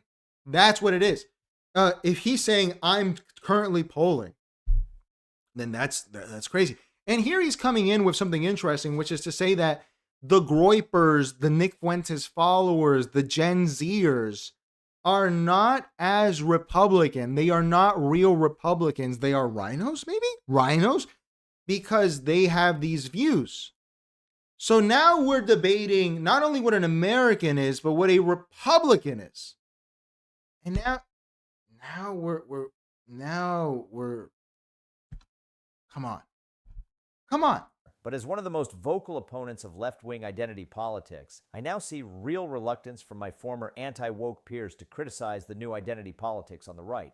This pattern eerily mirrors the hesitance of prominent Democrats to criticize woke excess in the run-up to the 2024 presidential election, even though most Democratic voters clearly never believed that math is racist or that hard work and the written tradition are hallmarks of whiteness.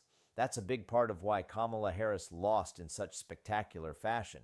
If the post-Trump GOP makes the same mistake with our own identitarian fringe, we will meet a similar fate. Young people are often a leading indicator of where political winds are blowing, and the generational nature of the problem is remarkable. Many voters under 30 believe they will never be able to afford a home. They're often saddled with college debt, and absent dramatic policy interventions, Social Security will most likely be curtailed before they ever receive benefits.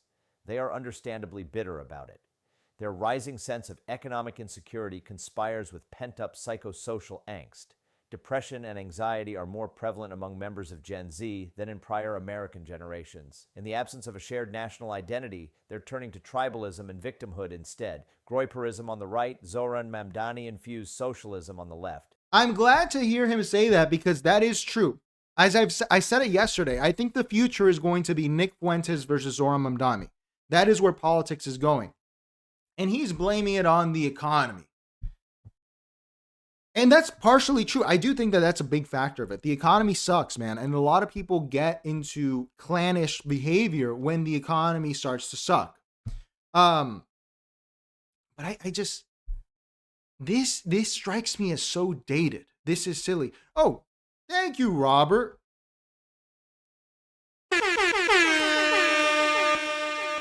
Thank you, Robert, for the super chat. Let me write you here. Robert says, Harris is a blooming idiot. That's why she's lost. Harris is a blooming idiot. That's why she lost. Did he say that verbatim? Let me see this. Let me look it up here. That's crazy. Did he say that? Harris. Let's see. Yeah, spectacular fashion. Oh, I guess you're saying it, Robert. Yeah. I mean, she's an idiot. Absolutely true. Absolutely true. That's the case. That is why she lost. She ran that like shit, unless she was just grifting the whole time, which is a possibility too. But yes, Robert, I do agree. Harris did not lose. I don't know if Trump really won or Harris lost, but I think it's a combination of both, more than both. But yes, Harris was a terrible candidate. Very, very bad candidate. Completely agree. So thank you, Robert. Really appreciate it, sir. I like this Groyperism on the right and Zoran Mamdani infused socialism on the left. That is the future. That's true.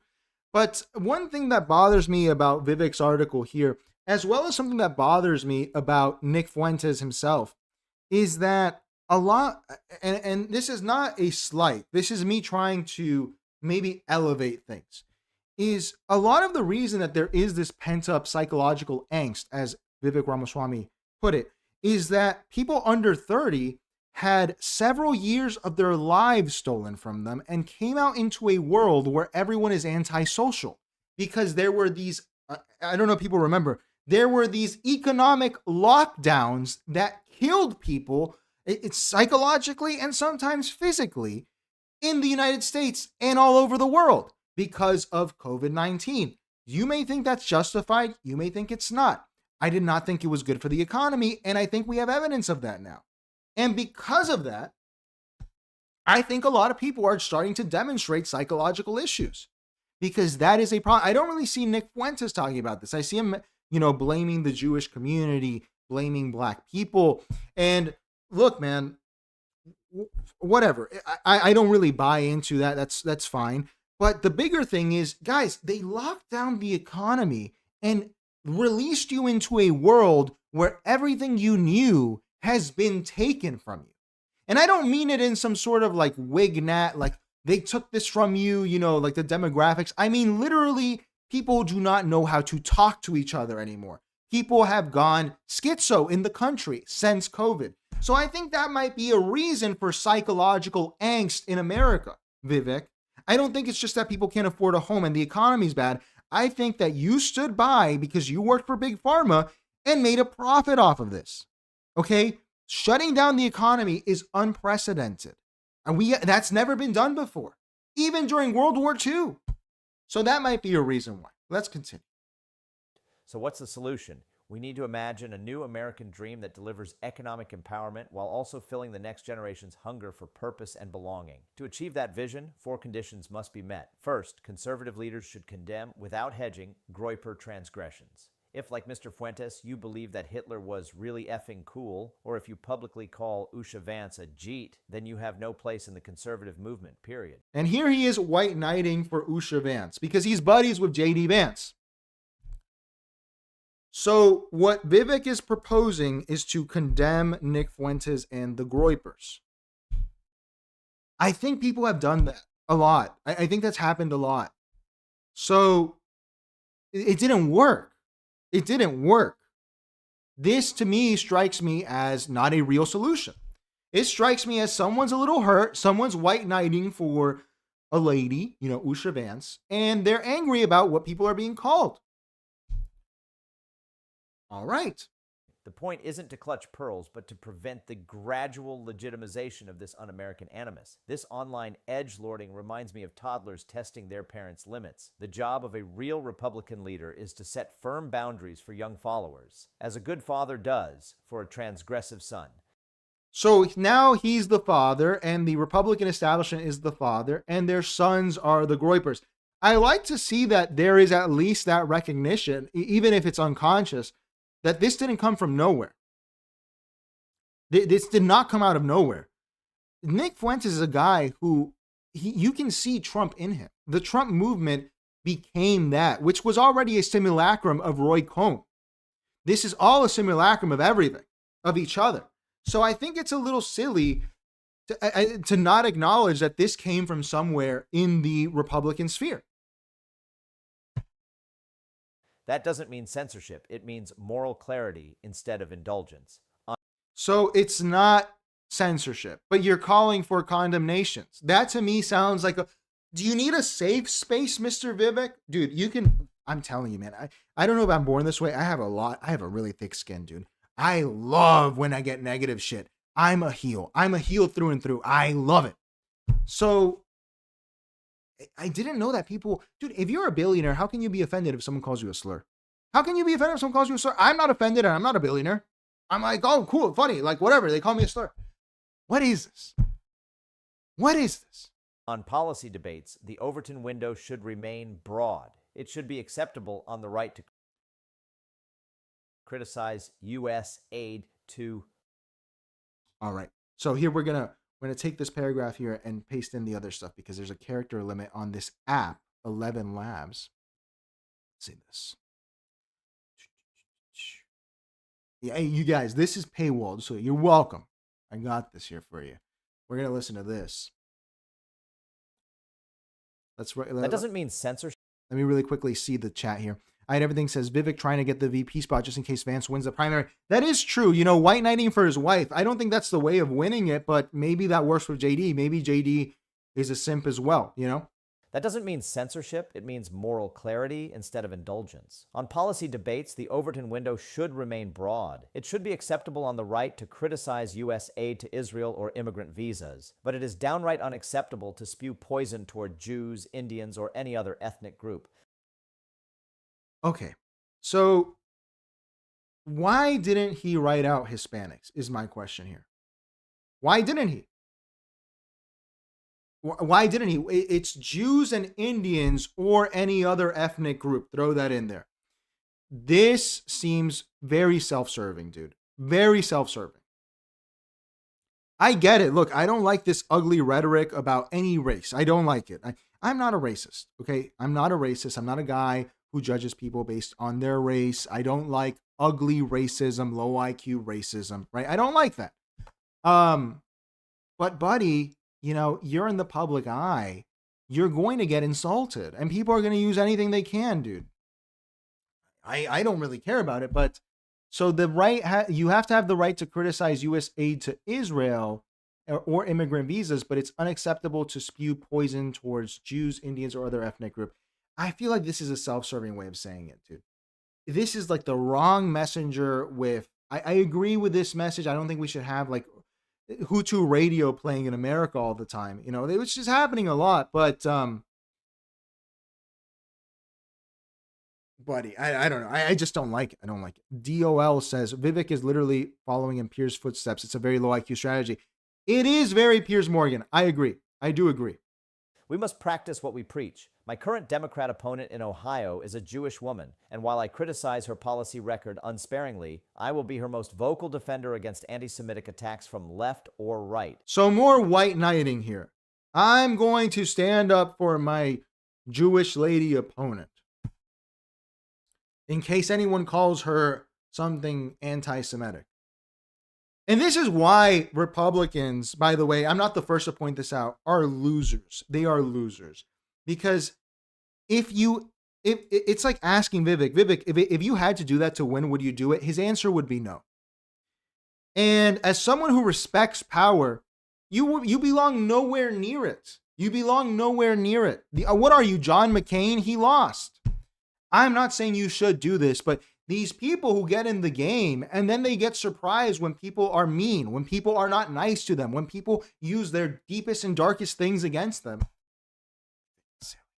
Second, reduce costs of living.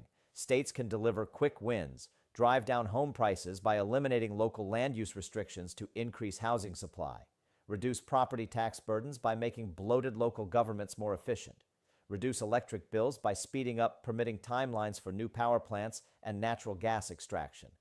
Democrats gave a mixed reception to Ezra Klein and Derek Thompson's case for abundance, but if they shed the left-coded delivery of their ideas, a future GOP could easily welcome many of them.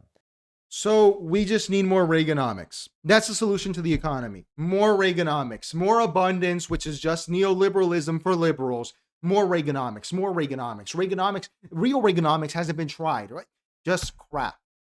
Okay, thank you for the solution, Vivek. What's third? Third, create broad-based participation in wealth generation from stock market gains. In the AI era, it's conceivable to envision a future with stock market outperformance even in the face of stagnating wages and job losses. That is a formula for social unrest, and shared equity offers a practical solution. If every kid legally born in the United States receives an American dream birthright in the form of $10,000 invested in the S&P 500, every young American would become a millionaire by age 60, assuming a modest 8% annual return, which falls below historical 5, 10, 20, and 40-year averages. That's the mathematical magic of compounding.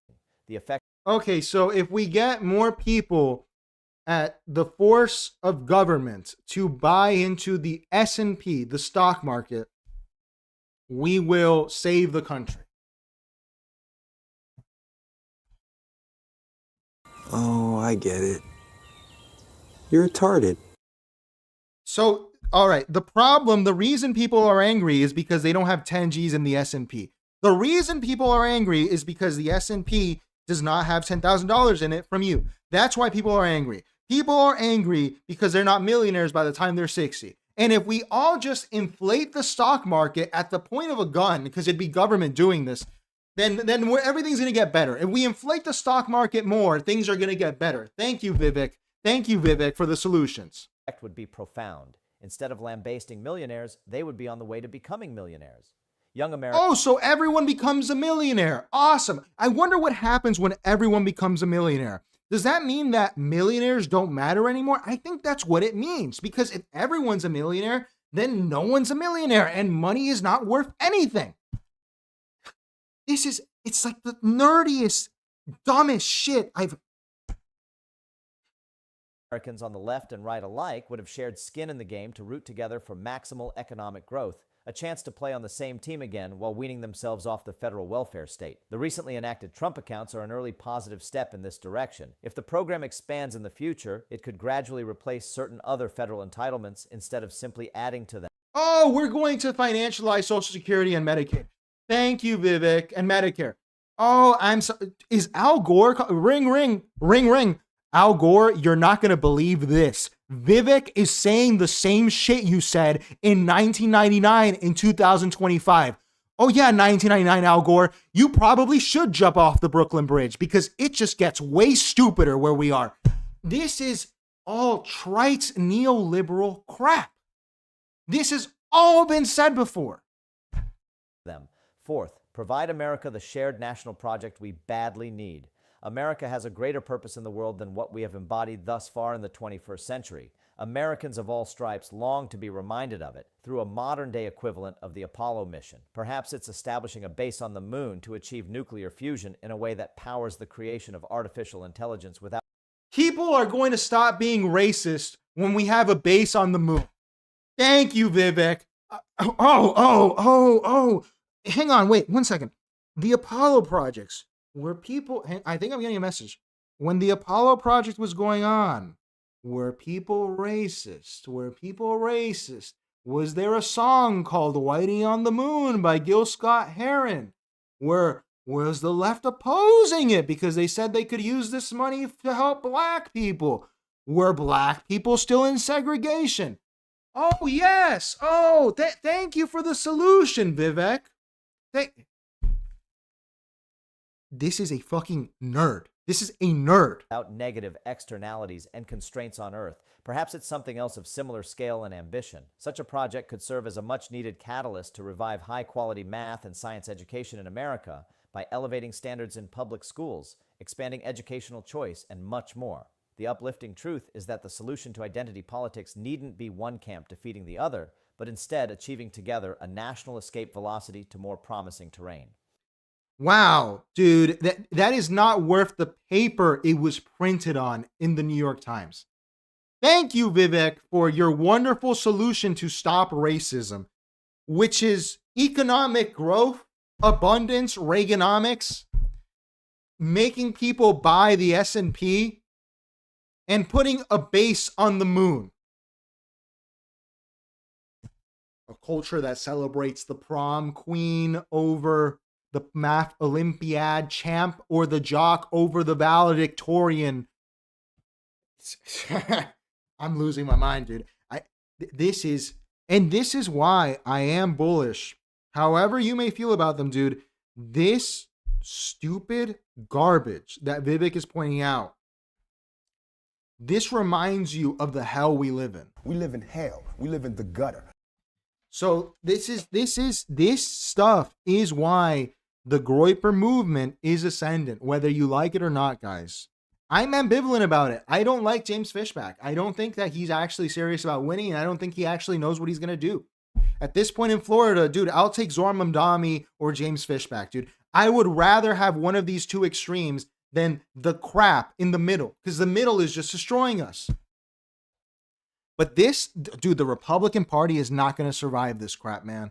If this is your response to the rise of the Groypers, is this crap, is people will stop being racist if we build AI bases on the moon. Okay, dude. In the words of Osama bin Laden, when you see a strong horse and a weak horse, the people choose the strong horse. And the fact that Vivek here legitimized and promoted the Groypers and Nicholas Fuentes just by writing about them shows that they are ascendant. They are ascendant, guys. Whether you like it or not, this nerd crap is not going to sell. I'm not surprised to see the Republican Party fall apart like this, because conservatives, which is what the Republican Party is made of primarily, not right-wingers, are a culturalist void of lack of talent. They don't care about anyone. They are needlessly cruel. They're disgusting. The Democrats, say what you want about them. I mean, Nancy Pelosi's a criminal, but she's disciplined. She falls in line. She knows what she's talking about, okay? I'm not surprised to see that the Republican Party of both of these parties is the one losing steam. Because when you have an ascendant, even the Democrats are getting hit hard with Zohran. I don't know if he'll be able to take over. He has a good chance, but he might not be able to. Those people are disciplined. But with the Republicans, when you have Ronald Reagan 2.0 here, yeah, obviously the Groypers are going to take over. Let's catch up with the chat, dude. It makes me lose my mind. Wow, we have a lot of chats. All right.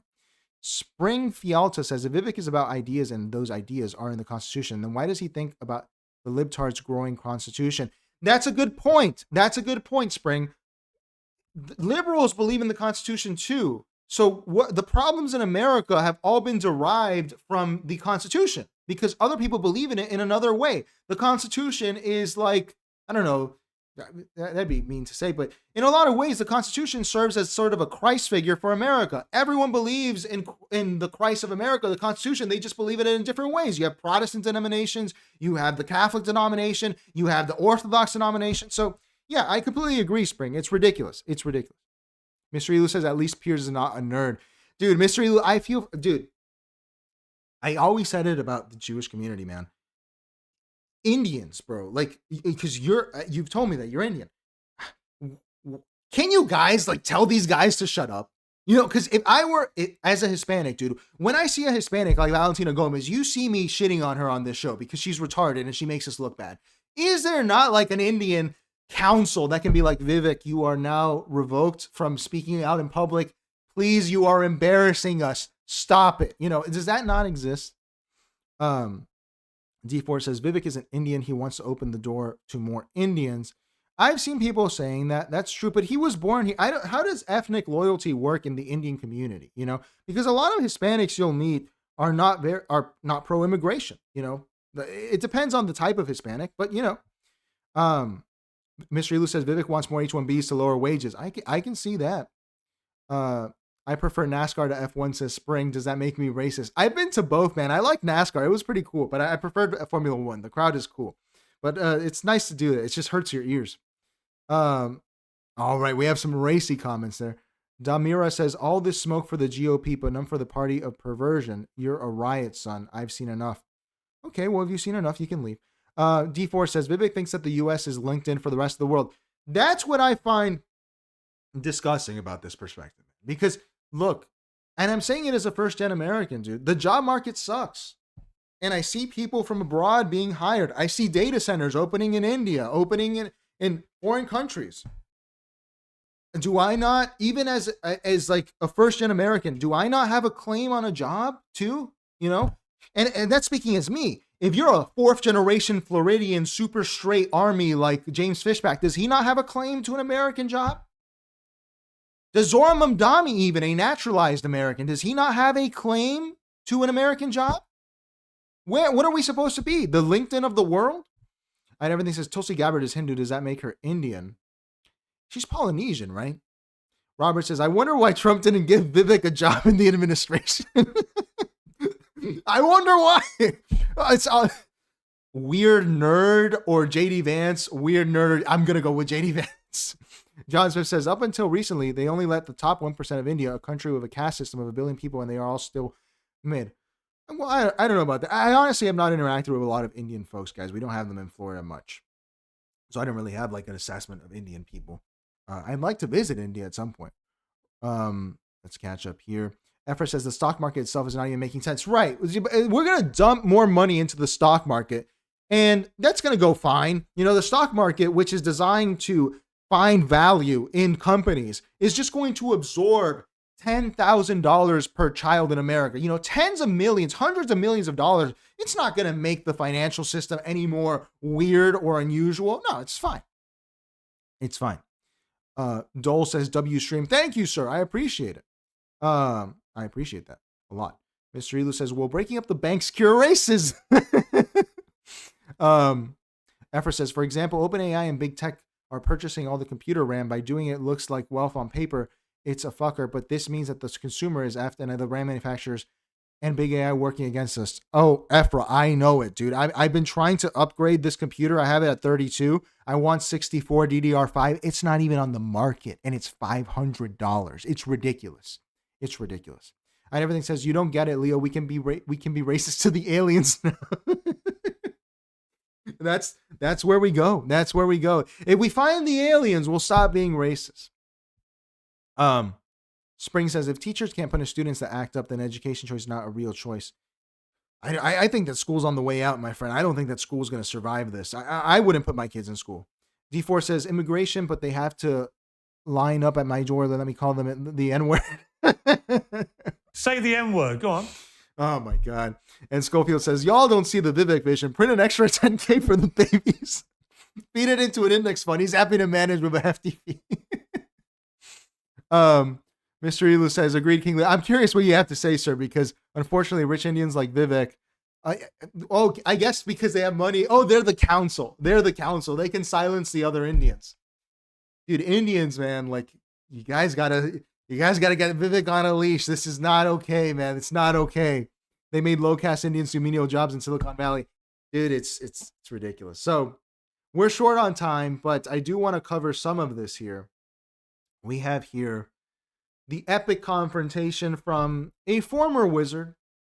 I guess Piers Morgan is now what? What is it called in Harry Potter? A muggle? He's a muggle. But he's not a muggle yet. He's still a wizard. He's still a wizard. He's still a sorcerer after his defeat by the head wizard, Nick Fuentes, okay? But he's still there, all right? And he's an important weather vane. We can use this. We can use this to see the future. That's why he's there. So we are going to watch him interview the much anticipated Candace Owens interview. And the only reason that I think this is relevant is, by the way, if you're not aware or if you disagree, Candace Owens is a crazy woman. Okay, she's a crazy woman. I think she's very funny for driving Tim Pool nuts, who I don't like, but she's crazy. Okay, she's crazy. And she met with Erica Kirk. We covered that yesterday. She had a little summit. This is not what would you call this? Because I normally go to Reykjavik, Reagan Gorbachev. I think this is more like the Munich summit. It's Neville Chamberlain and Hitler. Because Erica Kirk can pick and choose whoever is which, but it's a much more intense summit. And here she is on Piers discussing what she thinks actually happened with Charlie Kirk. She looks crazy throughout the interview. But importantly, I like when she points out what Piers does, because Nick Fuentes opened the Pandora's box where people can now call out Piers Morgan to his face and his tactics. So let's see the intro, which actually shows us that moment. Let's see. Let's assume for a moment you're right, and that all these Egyptian planes were flying around tracking Charlie Kirk and Turning Point and Erica Kirk. Why? What is your theory? I don't know. I don't know. Well, what's your theory then? You must have an idea. My theory is that we should investigate everything strange that happened on that day so we can figure out what happened. The difference between me and you is that I have the courage to take the risks and ask the questions first, okay, before it's popular. You wait. Look at that. Until it becomes popular, and then you change your mind. Stop. And she made no request of you whatsoever, Erica Kirk, in 4.5 hours. Well, no matter what your opinion is about Candace Owens, and very few people don't seem to. So this is supposed to be Piers's execution, okay? Execution of Candace Owens. End of the line, chop. But I don't think he can do it. And he didn't do it in this interview. Watch it on your own if you guys really want to get the full details. But he is still in the glow of this, getting fucked by Nick Fuentes on his own show. So it's not great for him. But let's watch the monologue so we can see. To have one, she has a definite knack for commanding attention. Many people have been openly enraged by her theorizing on the assassination of Charlie Kirk. Many have been captivated nightly by what they see as either a thrilling real-time investigation into a colossal cover-up or a cynical strategy to exploit the most emotive and consequential news story of the year. Several of the Candace Owens claims are focused on Turning Point USA, the organization funded by Charlie Kirk and now run by his widow, Erica, who last week issued this firm request. She has been one of the main peddlers of these conspiracies. She's looking sexier by the day, Barry Weiss. This is the sexiest woman in America. She wore this for me. She knew that I would look at this corduroy striped brown giant. I mean, what a beautiful woman. And she is making a huge amount of money on it. She is building her business off of these lies. What do you want to say to her and the other people that are putting these lies out into the world right now? Stop. That's it. That's all I have to say. Stop. Well, shortly after that, Candace Owens was invited to a lengthy private meeting with Erica Kirk, which is now the catalyst for frenzied speculation that she may be having second thoughts about some of her theories. She's also, I should add, marking the release of her new book, Make Him a Sandwich. And amid all of that, she joins me now for her first interview since the meeting with Erica Kirk. Candace Owens, welcome back to So what's important here is that, as we always do, we study the outfits on Piers Morgan. Suit. Okay? Both of them are here. This is a battle of the wits, okay? So here she's going to describe what she talked about with Erica. Uncensored. It's good to be with you at the end of another year. Yes, and what a year it's been, not least for you. It's fair to say your fame continues to rise. Infamy, some would put it. But you're always a welcome guest on Uncensored. Let's get to this extraordinary meeting that you had with Erica Kirk. It came right after we saw her say in that CBS town hall, you should just stop with the conspiracy theories. So who approached who about you guys actually getting together? I was approached by Turning Point after Blake Neff, who works on Charlie's show, sort of fumbled this invite. It was That's not me. That's Piers's audio, dude. The show is falling apart. This Groyper curse, as it's been described, is making a studio fall apart. That's why I wanted to show that. But here he essentially asked her over and over again. Let's actually do this here. Let's look in the transcript, because the important thing is when she points out his method, which I really loved. I loved how she did that. And the ending is really good. Change your mind. Here we go. Perfect. This is gonna be the best.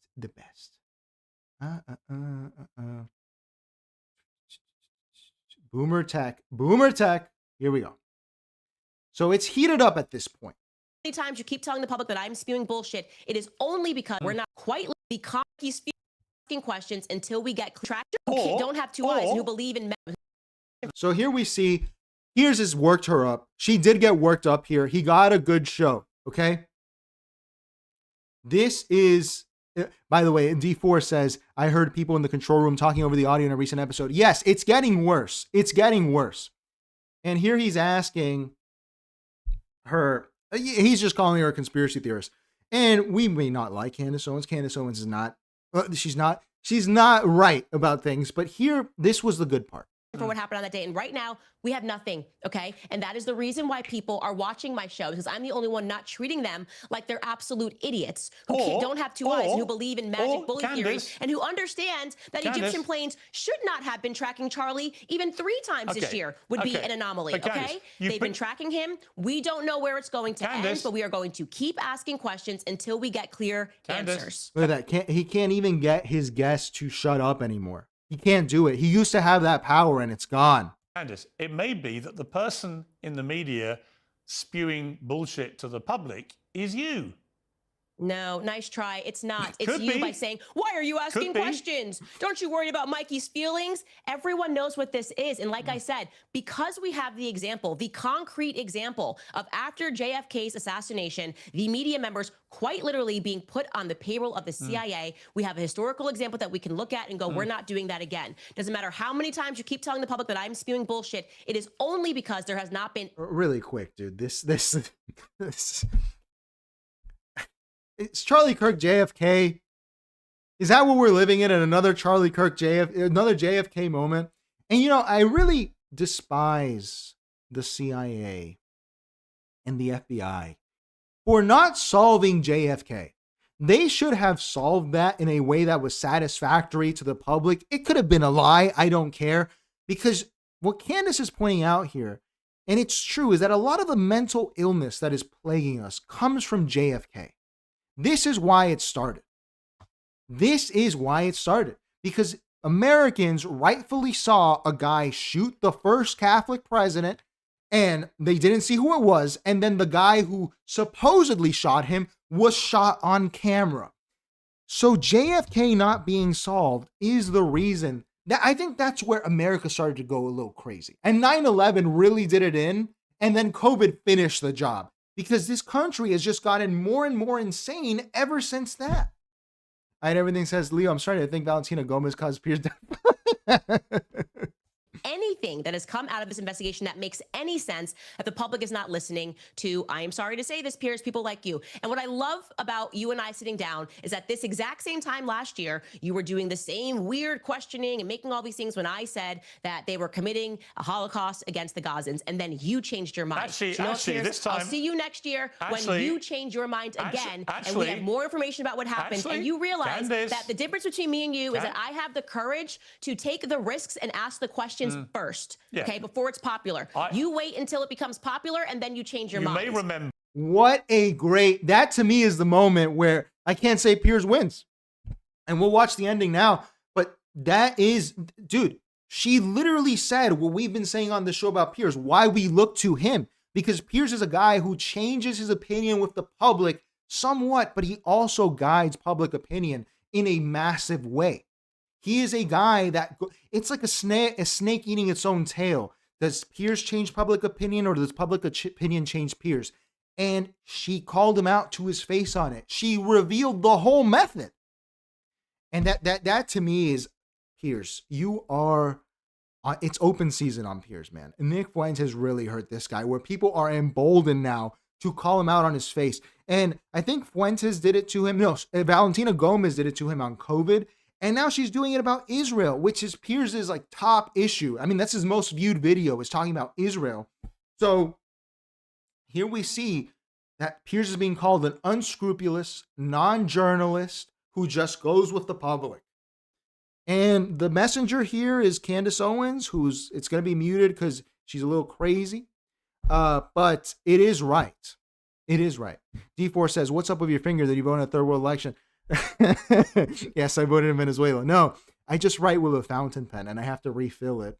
And I write a lot throughout the day. So I usually have this mark. You'll notice it in some videos. Sometimes I can get it off, but it is Pelican black ink for fountain pens. So this is it. This is it. Like Piers, it's over, man. It's over. You were supposed to really end her career here, and this is the ending. Things. You don't duck them, you don't shirk them, you don't hide away. Proven 100% right. Politically motivated. Day, again, something that I flagged to Turning Point USA, Justin Strife, that for whatever reason, the feds don't want this information, which is a bit strange, or don't seem to be interested, or maybe so they're we add the French Foreign Legion to the list as well. Yeah, but the French Foreign Legion is like a bandit of, I mean, what I've learned about them now is it's like it's a bunch of different countries. It's not just French people.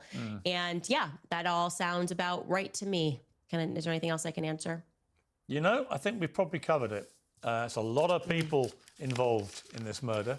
And my guess, Candace, for what it's worth, is it'll turn out none of that is true.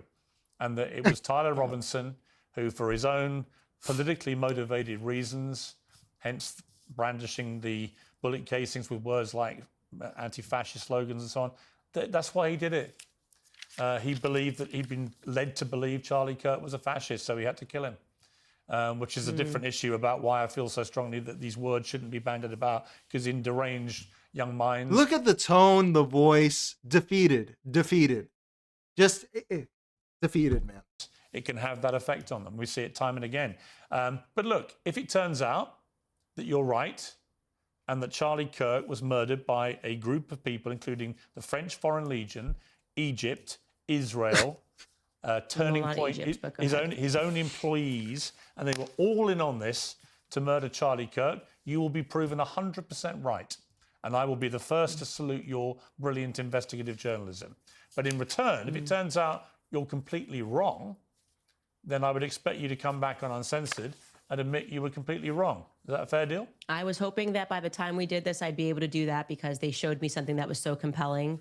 That didn't happen. So yeah. Deal is on, as always. Between you and I, the deal is on. Excellent. I'll add it to the list. Candace, I want to wish you a Merry Christmas. We're both Christians. We have that in common. And it's always good to have you on Uncensored. I'll say this about you. I'll say this to everyone. You come and do these things. You don't duck them. You don't. He's resigned, man. Piers, you were my goat. Piers, you were my goat. My goat is washed. My goat is washed. So he didn't really end Candace Owens' career, which I think is what he wanted. We lost our light. But it didn't work. It didn't work because, dude, she comes out triumphant. He comes out defeated. Nick Fuentes, dude, you ended Piers Morgan in a lot of ways, but he is an important weather vane. So what we can get from the analysis, because it's not gossip on this show, is that the knives will be out for Candace Owens. We'll probably see some articles about it, about how Candace Owens is bad for America. She's driving people nuts. That's what I can assume here, because if Piers was sent to do this and the establishment knows that Piers is not up to the task, we should see more attacks on Candace Owens, maybe from the New York Times, maybe from actual publications that are going to be like, this woman is bad for America. That's my analysis. All right. Let's catch up with the chat. Let's see first the tagged ones. D4 says, you have a talent for this. Keep streaming. I'll tell my millions of friends. Thank you, sir. If you're new here, please like, comment, subscribe. Liking and subscribing is free. And join the Patreon. It's $5 and we have our first episode up. I'll put the plugs up here. Let me put the plugs. Here we go. The Patreon has the first episode up. Do that. Boom. Which is the King Leo Movie Club. Okay. By the way, I saw Ephra, before I continue with the chats, Ephra was talking about some interesting stuff in there, which is a little bit above my head, but just some book recommendations for people like that, like you, Ephra. I think you would enjoy this book, Cybernetic Revolutionaries. It's free online. It's a very good book. And the other one is called Cyclonology, I think is, what's it called?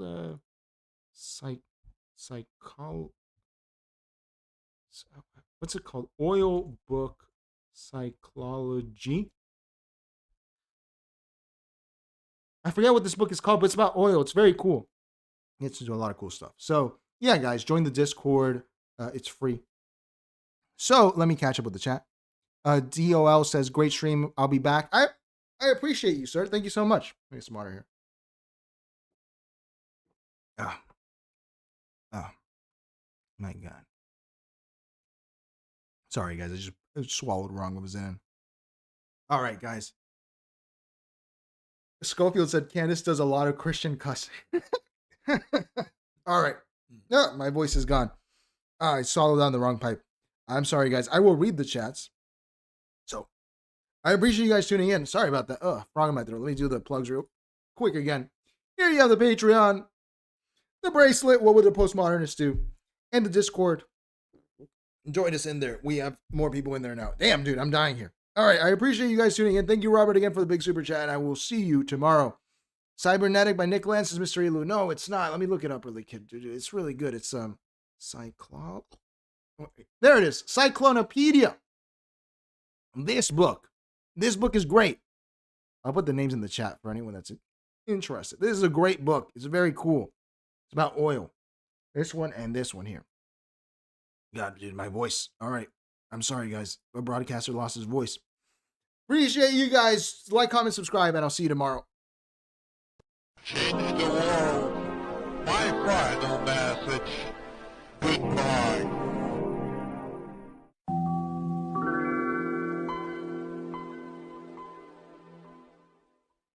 Change the world. My final message. Goodbye.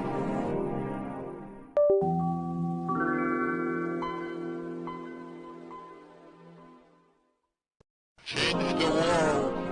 My final message. Goodbye.